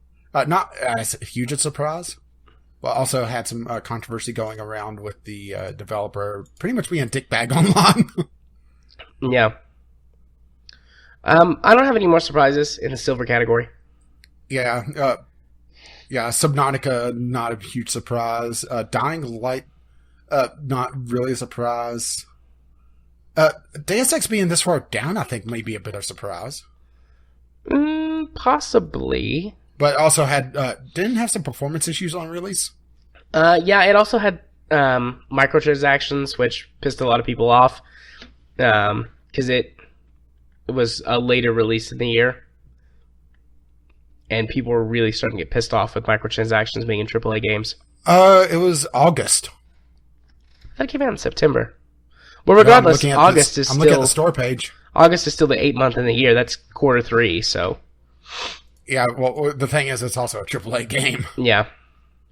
The fact that Watch Dogs 2 is also in this area, and Watch Dogs 2 has the stigma of its predecessor as well. That's true, but Watch Dogs 2 was supposedly, I mean, I haven't played it, but supposedly a much better game, so.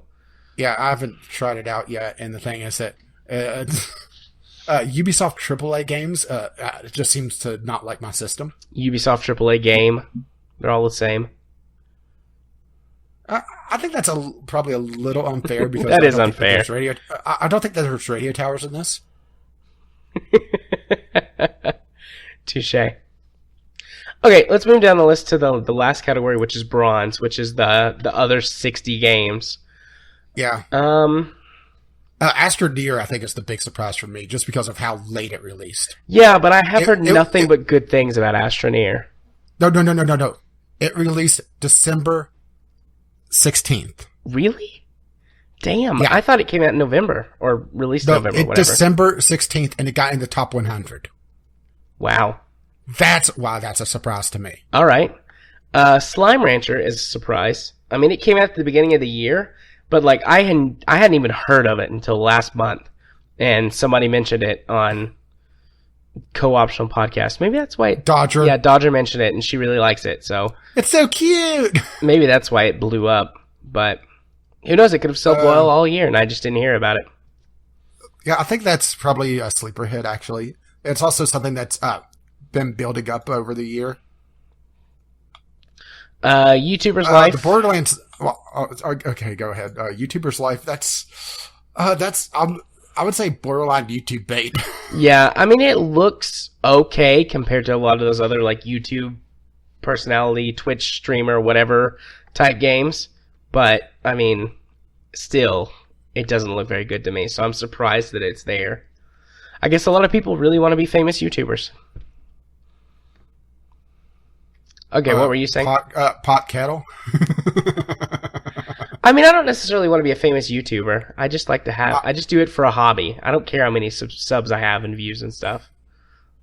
Yeah, but you would have to admit that would be nice to be able to live off YouTube. It would be cool. I probably wouldn't live off of YouTube even if I could, because I like what I do. But I'm a little shocked that the Borderlands the pre-sequel is still this high up. I thought it would have dropped off by now. Yeah, I haven't even seen that yet. But I mean, that's the randomization of the list. Yeah, I mean that's a 2014 game, so Yeah. I would have thought that would have dropped off. Well, Another one that's I'm not surprised that's on the list. I'm a little surprised that it's this far down, but I also understand why it's this far down. Is that the new Hitman game? Yeah. And I think it's this far down because of the episodic nature of it. Yep. Terraria, that's a surprise.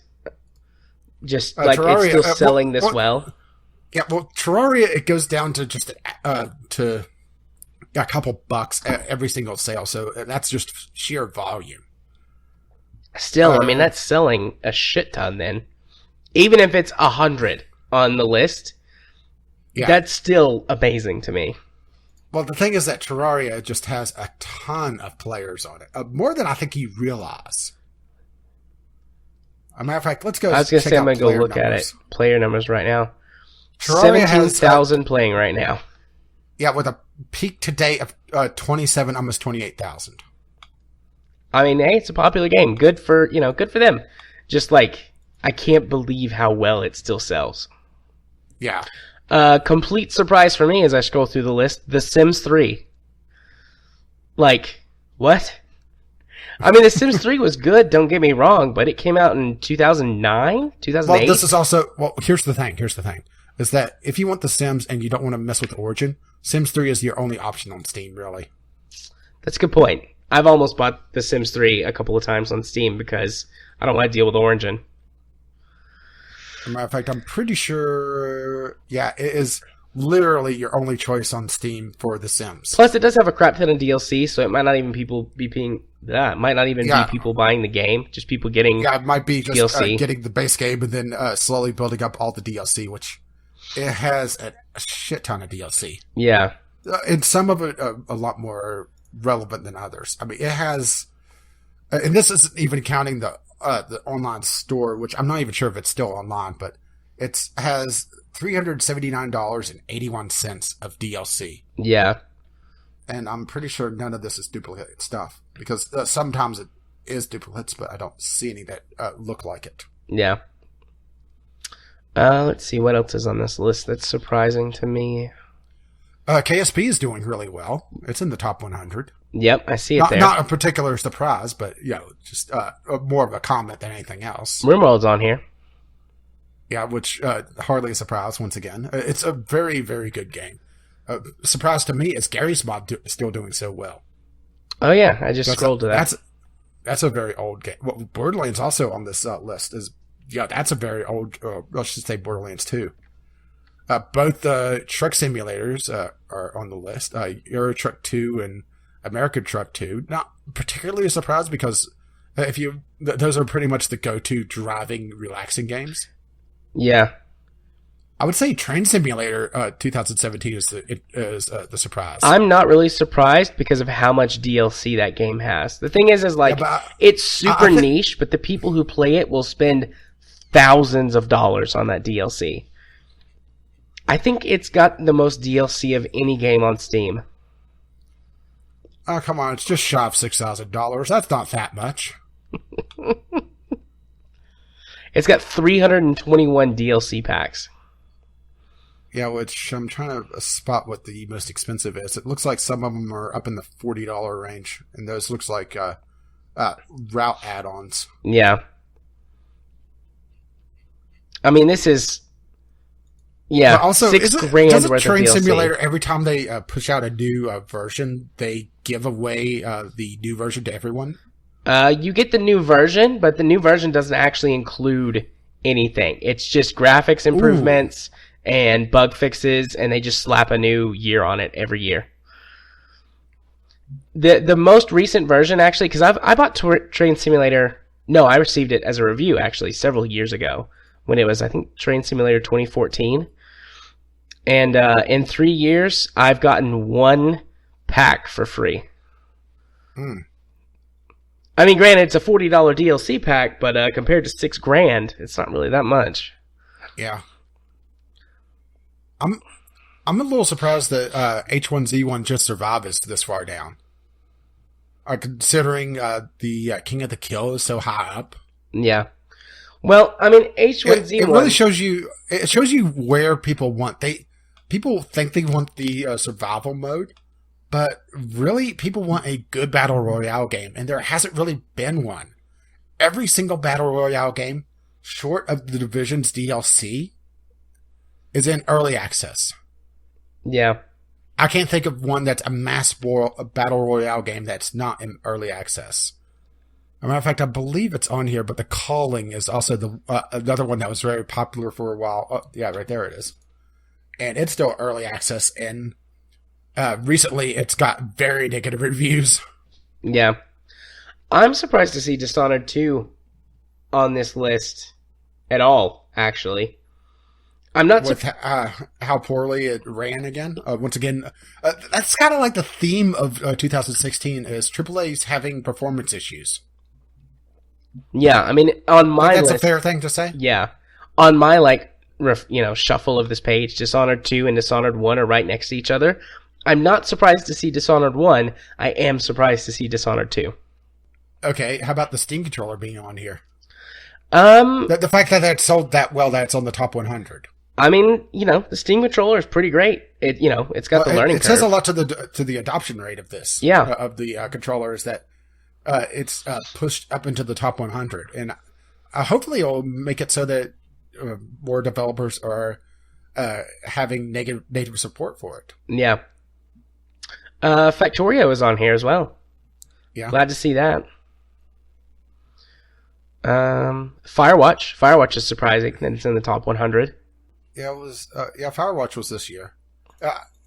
But then again, this was also a game that everybody was praising. So that's true. It did receive a lot of critical acclaim. How about Realm Reborn, Final Fantasy 14? That's the MMO.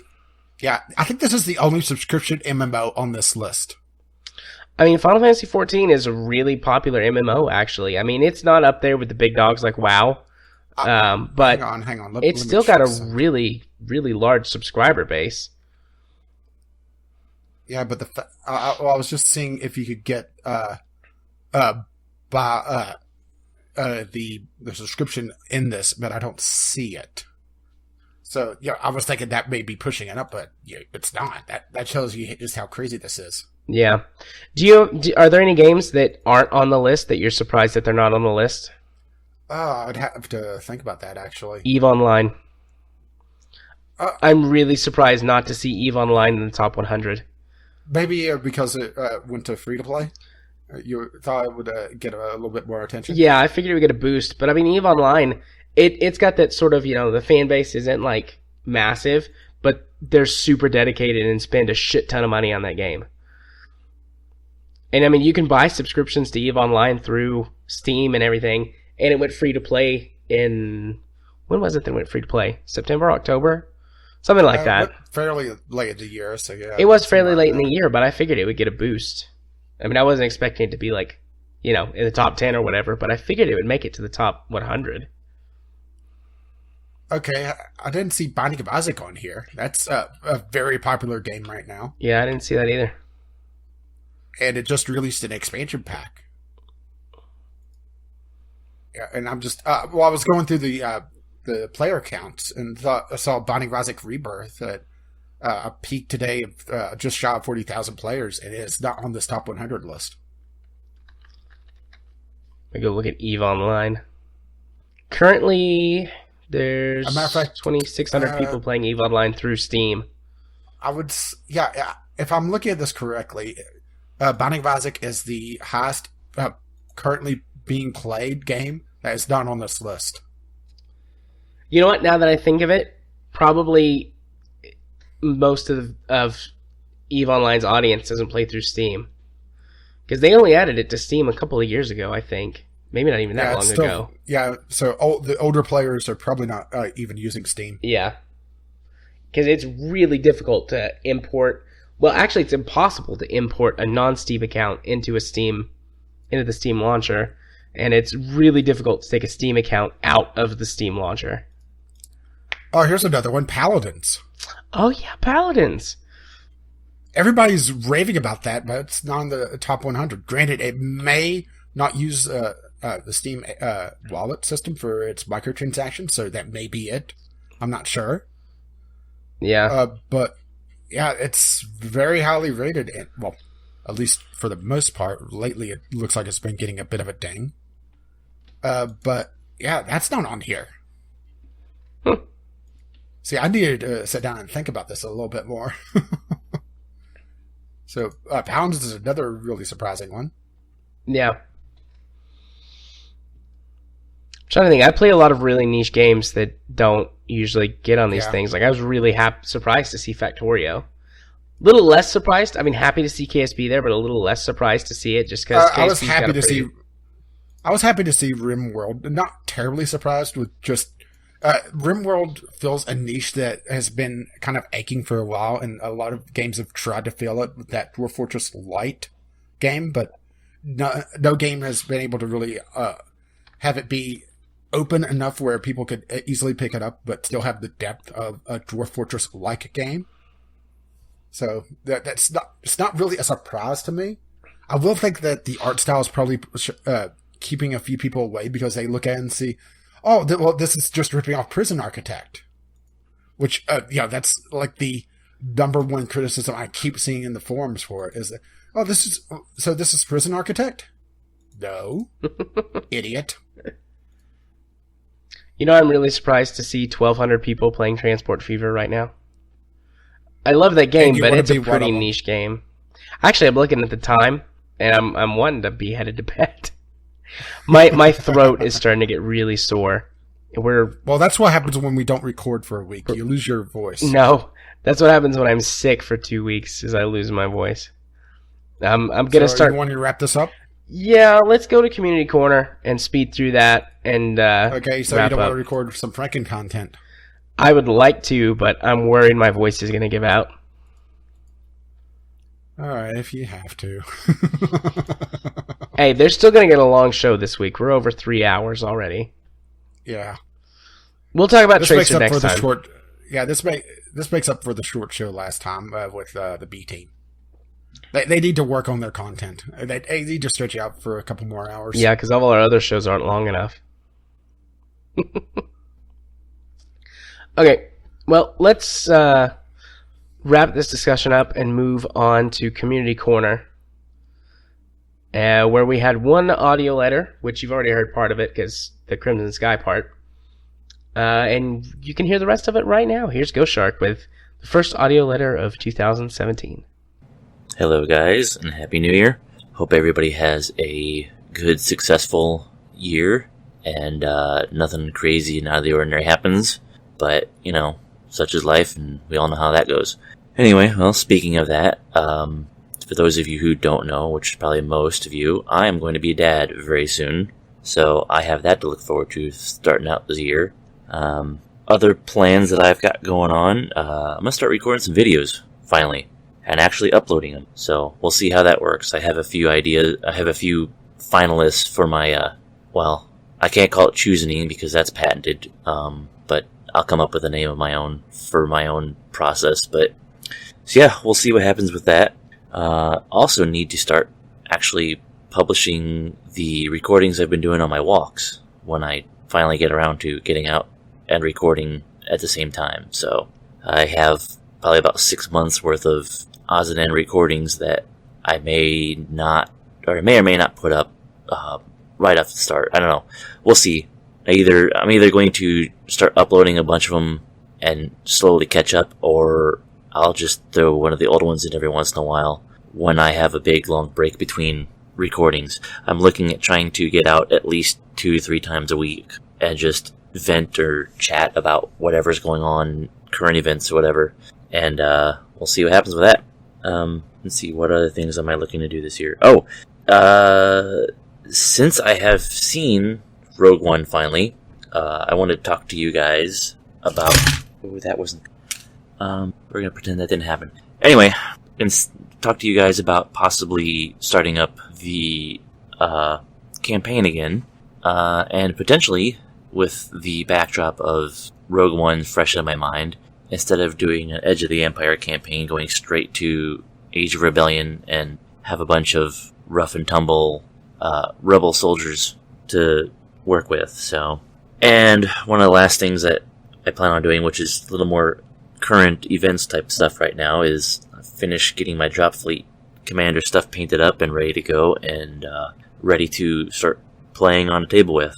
And maybe if I'm still in the tinkering mood by the time I'm done with that, I'll start working on my drop zone stuff that I just stopped working on last year because it got too frustratingly, too painstakingly detailed for me. So, but yeah, I have all that to do with, along with getting ready to have a kid and the crazy, weird situation that's causing at the moment. So, I won't get into that this time around now. So, and thank you very much, Ghost Shark, for writing into us.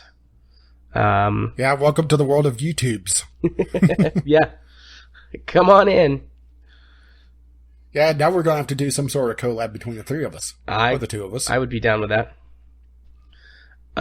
He wants to play Borderlands. He's mentioned playing Borderlands to me before. I know you hate Borderlands too, but it is a game that all 3 of us could play together. Well, the thing is that I would prefer playing Borderlands 1. I would play... Because I never really got to play it. And every time I try to play it, something happens. Is Borderlands 1 on Steam? Yes. I'd play Borderlands 1. I thought it was fine. The art style holds up pretty well. But no. It's just, something happens, I tried playing Borderlands 1, and my friend that I'm playing with has played the game so much that they're able to just speed run it, and I don't even shoot anything. They're just, by the time I get to the camp after they sprint off or picking up the quest, everything's dead and they sprint back past me. Yeah. And it wasn't fun. I have, I played through Borderlands 1 once, many years ago, so. Well, let's put it this way. They played through Borderlands 1 with all the characters multiple times. Nah, I didn't do that. I would do that, Ghost. How does Borderlands 1 sound to you? It looks like you own it, Rage. It says 10 friends on this game.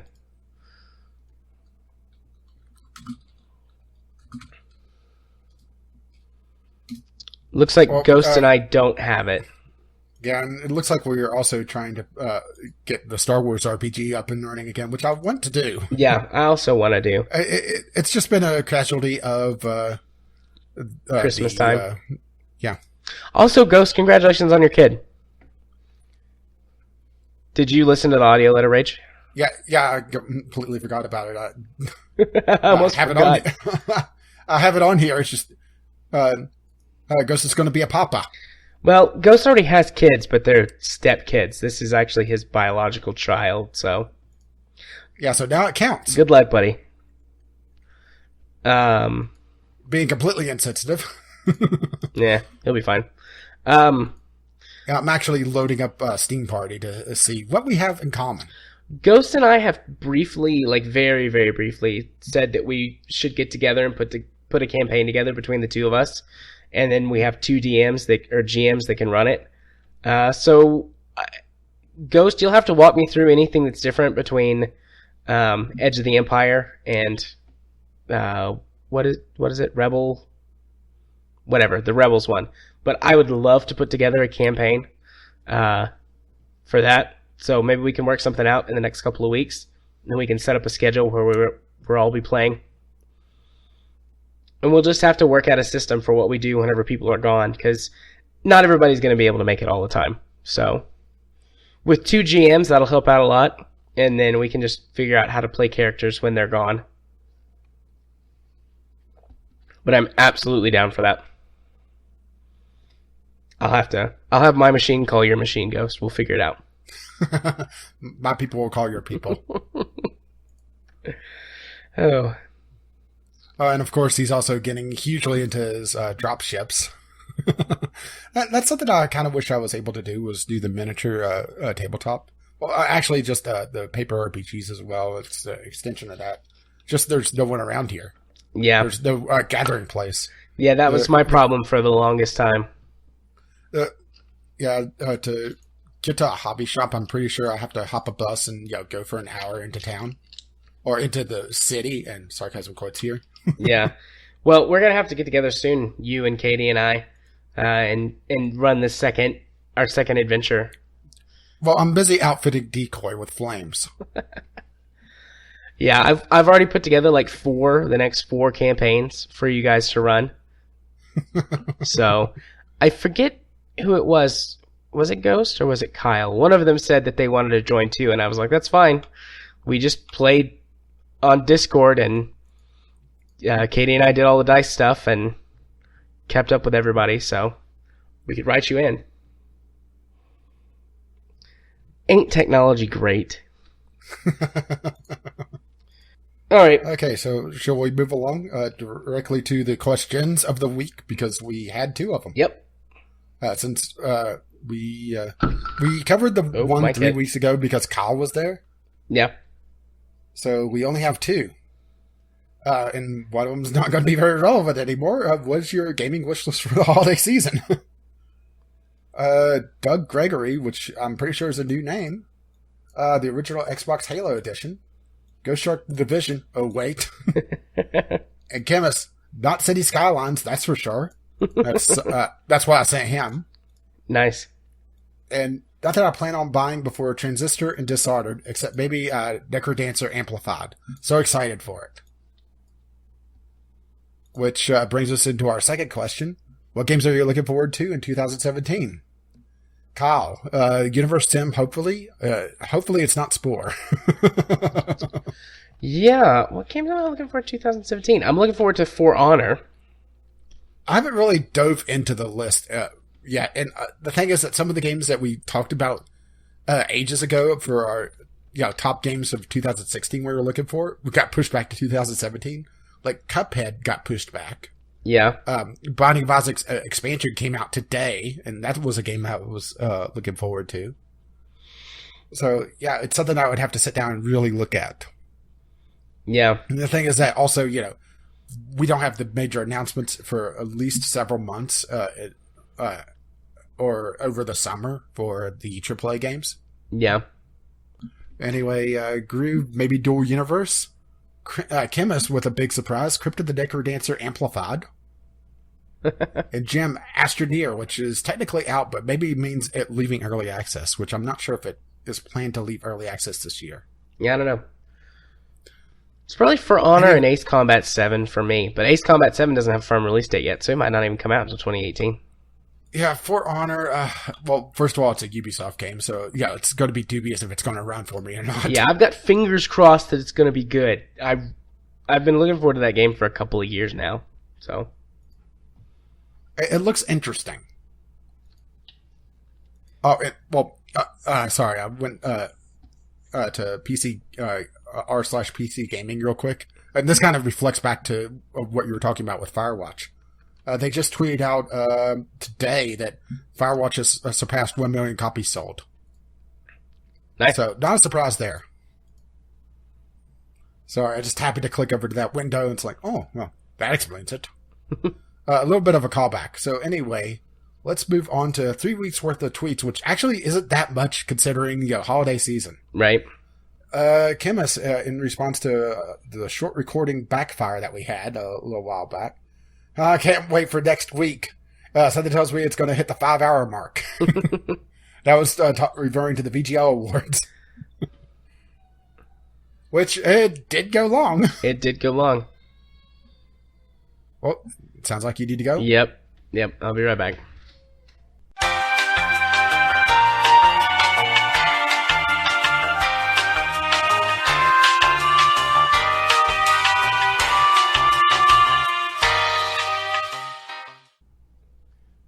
All right.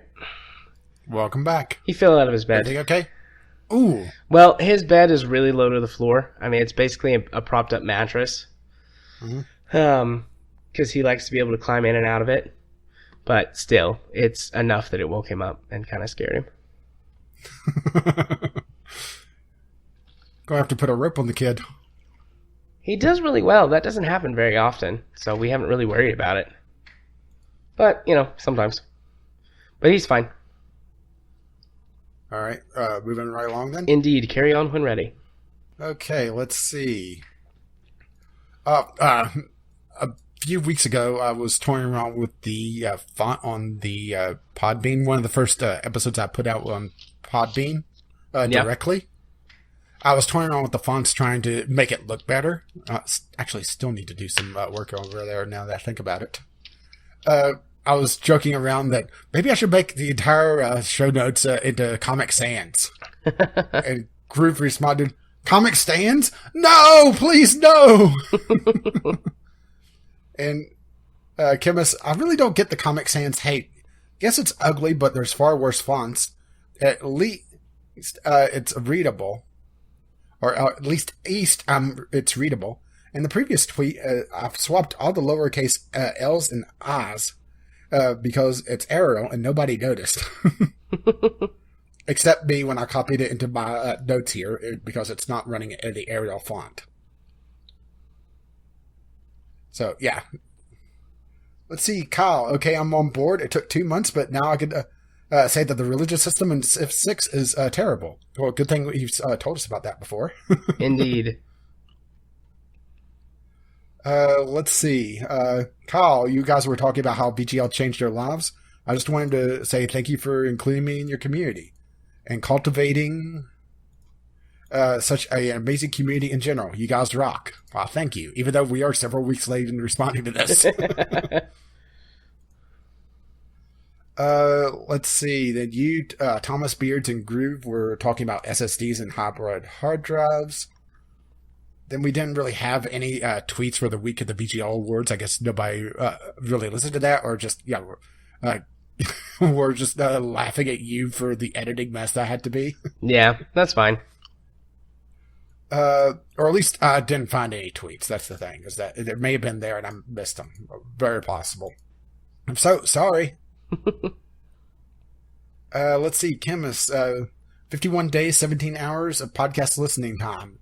Increased the total duration of podcast I appear in. Co-hosted 11 hours, 10 minutes total, plus another 2-ish hours of audio letters. Chemist has way too much free time on his hands. Or just the right amount. Let's see. Chemist also got picked up by a Brawlhalla clan. 8 diamond gold pairs, whatever the hell that means. Finished third the placement turn. I'm officially effort, whatever that means. Congratulations, Chemist.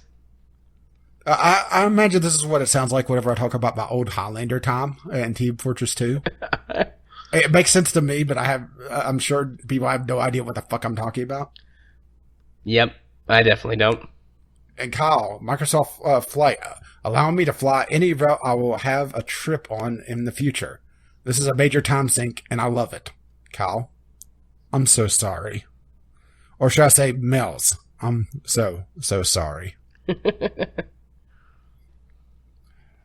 Because it's every time I fire up Steam, I look and Kyle's been playing this. It's either Kyle playing Microsoft Flight or you playing Transport Fever. Tee. Let me some Transport Fever. Yeah, that's wrapped up the tweets. All right. Like I said, not a lot for 3 weeks, but then again, we also had the Christmas season, and the VGL awards really didn't have a lot because we had the community feedback built into it already. Yeah. Okay. Well, that means it's time to move on to where we talk about what's going on and wrap up the show. So, what's going on for me? Well, after the awful sicknesses and the time that I took off around Christmas anyways, I did spend some time rendering videos today and have 13 videos ready to, they just have to be put on YouTube and scheduled and things. Divinity, Original Sin, the last few episodes of Portal.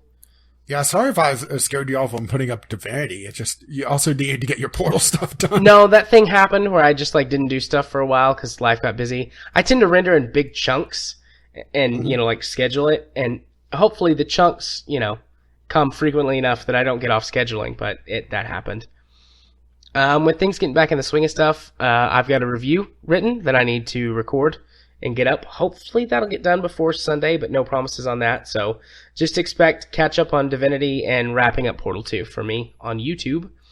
And you can find me on the YouTubes by searching for Gaming Psychologist. I picked up a few subs over Christmas time. I'm in the mid 80s, which I was in the high 70s before. So whoever followed me, thanks. If you want to follow me on Twitter, you can do so by following me at JMA4707. I tweet about all kinds of random things. Those of you who followed me, thank you for your support during my time of sadness over the weekend. I don't really want to talk about it much more, but just thanks again. We have an awesome community, and it's nice to have people there for you. Well, I'm glad to be there for you, buddy. Yeah. Even though I didn't do it publicly, I did send you a message. You did send me a text message, and a few other people who have my phone number did as well. And thank you to you guys as well who did that. Speaking of community interaction, this is a little bit off topic, but related. I had a really interesting conversation with someone in our community talking about how that me just being me on the show has really helped them to get strength and courage to be themselves and overcome some challenges that they've had in their life. And just because you're weird and proud of it? Yeah, just because I'm just out there. And I'm not saying that to be hey, I'm awesome. I'm saying that to be thank you for, I feel really honored to be that in your life. So you know who you are, obviously. I don't do names or anything like that, but you made me feel really, really like I did something good in the world. And that's I never imagined that bullshitting on a video game podcast for 3 hours a week would change someone's life, but I'm really glad it's always the little things, isn't it? Granted, we are a very small community, but it's just small moments that really make it worthwhile. Yeah. All the effort that you put in, and have someone say that they appreciate your work. Yeah. Or that you did something special for them. Yeah, you telling me that really made me feel awesome, because I was starting to get sick and all that during then. I was feeling like shit, and you told me that, and I was like, wow, I did something good for somebody, and I didn't even intend to. So thanks for telling me that, and I'm really glad that I was able to help you. So yeah.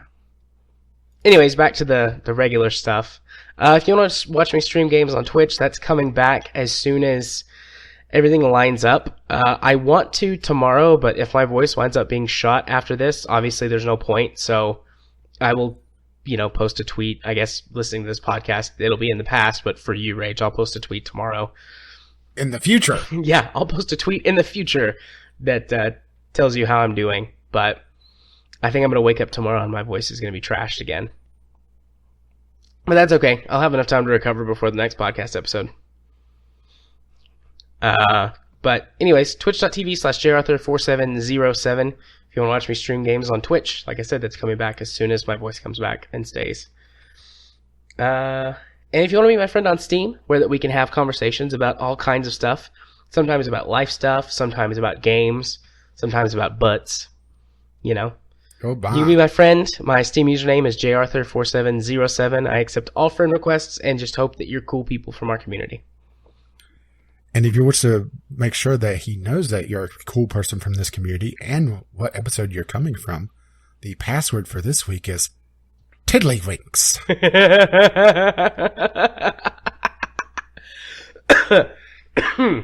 No. That was Tiddlywinks. Okay, that's good. Please, people, use that password. Just send me that randomly. I love it whenever I get a word that just sets you off for some reason. I have no idea why. That's great. It's just great. I don't think that's a word that you would expect. Nope. Oh, trust me, I have some words on here that are just strange. The word list has become this thing that sometimes I'll just be browsing around and I'll see a word. It's like, well, that's going on the list. But there's also been times that I'm half asleep at night and just this word pops in my head, and I grab my phone and I have this recording app that I press a button on the thing and it'll record a message for me. And I've had several that I just think of a word in the middle of the night. Nice. Or actually, technically day for me, but yeah, whatever. Time zones, they're weird. Yeah, time's weird. All right, that does it for me. What about you, sir? Well, since I talked about Space Marine this week, that means I've entered the choosing for the next series. I have a few choices that I want to do, but there's also some games I picked up, and there's games that's been in my list for a while, so it's going to be me sitting down and figuring that out for the next day or two and see what shows up there. And the thing is, it's next week, and I have no idea what the fuck I'm going to play yet. I do have a couple choices that I want to play, but then there's also other things that I may want to play as well. Let's see. RimWorld. The current series is the last series on Alpha 14. And then I'm skipping Alpha 15 and going directly to Alpha 16. I have my build pretty much set. Only thing I want to do is I want to try to find a weapon pack to add onto it, but the thing is that those usually require a patch for combat realism because I am a masochist and I absolutely love having combat realism smack me on the ass. Among other things. Wink. Oh my. And let's see, of course, Divinity Original Sin. There's only going to be one episode this week unless we rush it somehow. Because Saturday I don't have an episode for because you were sick. Yep. So I'm going to try to do rain filler for it. I'm not making a promise there.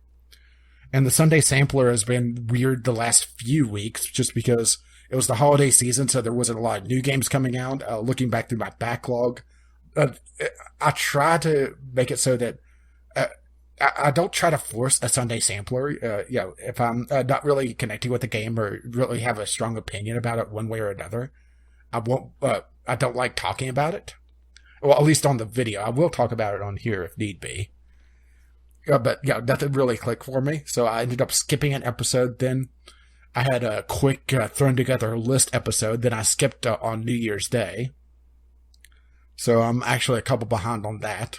And the thing is, the couple games that I wanted to play on the Sunday Sampler required more of a time investment than I really had, and I had some things with just not being able to really sit on my computer for a while, just medical wise. So it was just wasn't a good time for me to be able to record or put the time in for a long game to get a first impression on. So I kind of hit the Sunday Sampler, which that's the series that I'm more willing to just skip it a week if need be. Let's see. Well, coming up, of course, like I said, the new game, Alpha 16, and as always, the Sunday Sampler. Well, I will try to do something this week. I'm not sure if it's going to be anything, though, because it's just things are really starting to kick off now, so we'll see what shows up. And you can find all that over on Gaming with Caffeine Rage, or if you want to see me tweet randomly, which I have been a little bit more active on, you can find me over at Gaming with CR. No Twitch yet. I am looking at the possibility of it. It really depends on what project I go for. Either the computer, which I'm toying around with the project name Project Ascension, just because I like project names. Mm-hmm. And you're just sitting there now. I'm nodding I did that thing where I nodded my head yes again.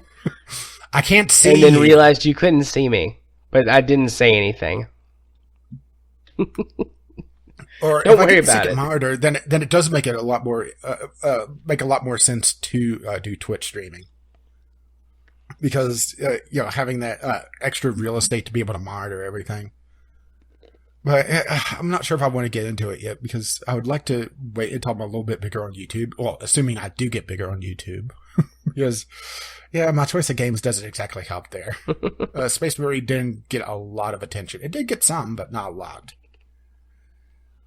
But I would like to be a little bit more popular on YouTube, but I don't want to sit there and play Minecraft because that's pretty much what you have to do on YouTube these days. Yeah, me playing Minecraft is fun for me, but boring for anyone else to watch. Yeah, well, of course you're just digging the entire time. You're not. The thing is, Minecraft really requires you to do either stupid things, do the random game modes, or do amazing projects. And don't do either of those. Or any of those, I should say. And I think that's it for my stuff. I did say my Twitter and my YouTube and no Twitch stuff. At least not yet. I am toying around with the idea. If I get people contacting me saying I should do Twitch, then I would. Alrighty So then. that moves us on to our closing stuff. Indeed it does. This is going to be the last episode on our old RSS feed, right? Correctamundo. This is going to be the last episode that appears in both places. From now on, all future episodes... Sorry. Yeah, you probably should have a short thing at the very beginning of this episode saying that. I'll do that, and I'll put up a little short thing on our RSS feed that just says, hey, this is the last... That episode was the last episode. If you want to find us, go over here. VGLpodcast.podbean.com is where you should be able to find us. Correctamundo. I'm still toying around with how things look over there. I'm not 100% satisfied with how the show notes are turning out. And I do also realize that not all the podcast episodes are over there.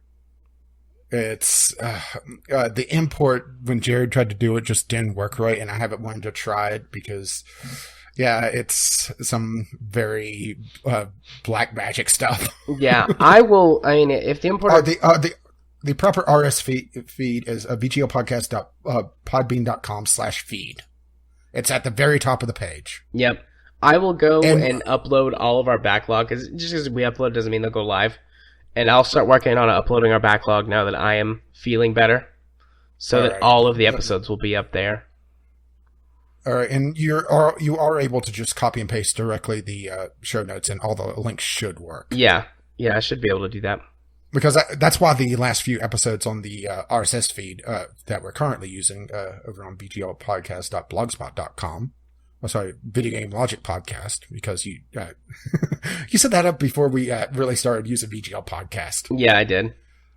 That's why the show notes over there have looked a little weird as I've been copying and pasting from Podbean. Because, setting up two completely separate sets of show notes is a bit of a pain in the ass. Yeah.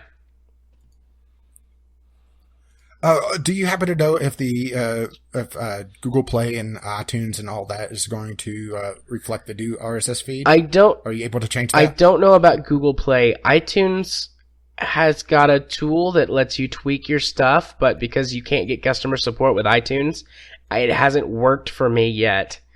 So I don't know. I haven't even checked Google Play yet. Okay, that's something else that you have a lot of stuff going on. Yeah, I'll those things, like the most important things about the changeover will be iTunes, Google Play, and of course, getting people on the UR's feed directly. Yeah, but those will be. I'll take care of those first before I start uploading the backlog, because I mean that's lower priority. So, all right. Yeah, that's the problem with changing over to paid services, that there's just this growing pain. But I will say that the download speed is a lot better. Yeah. And we're not abusing the Internet Archive anymore. Nope. Granted, I think the cheeky little monkeys are going to be upset that they can't do that anymore. But we may have to make a concession for a couple of them. I don't know. But we do want to thank the Internet Archive one last time for unknowingly supporting this absolute train wreck. Oh. Yeah, our outros are always just so hapdash, aren't they? But that makes them fun. You have this nice organized intro that you screw up every single time. I didn't screw up this week. Yeah, but you're calling it, and that's why you didn't screw it up, is that you paid special attention to the year. I did do that. Even though I have to admit, I am very tempted to try to go in and put it in 2016. Edit it in. Hey, if you want to go through all the work, be my guest. I'm not gonna. I don't care that much about the joke. But if you care that much about the joke and want to let us know, you can reach us at vglpodcast@gmail.com with your letters, voicemails, and gaming-related topics, or just tweet us at VGLPodcast on Twitter. Our Patreon, if you wish to help support us on Podbean, is patreon.com/VGLPodcast. And I guess we could skip the website this time around because we are not going to be supporting that anymore. But I will say that we are also on iTunes and Google Play, at least in theory, assuming Jared can fix that. This is the problem, is that I can't help you because I don't know the technical aspects of this, and I don't have access to that section. I'll fix it one way or another. Even if we have to do a complete, changeover or whatever. Mm-hmm. We'll figure it out. We'll figure it out. And at least we'll be able to figure out where our intro and outro music is coming from, because it's On the Ground by Kevin McLeod, and you can find his work at incompetech.com. And, as always, as his lovely music starts to roll across my voice, bye-bye now. Tiddlywinks. Bye-bye.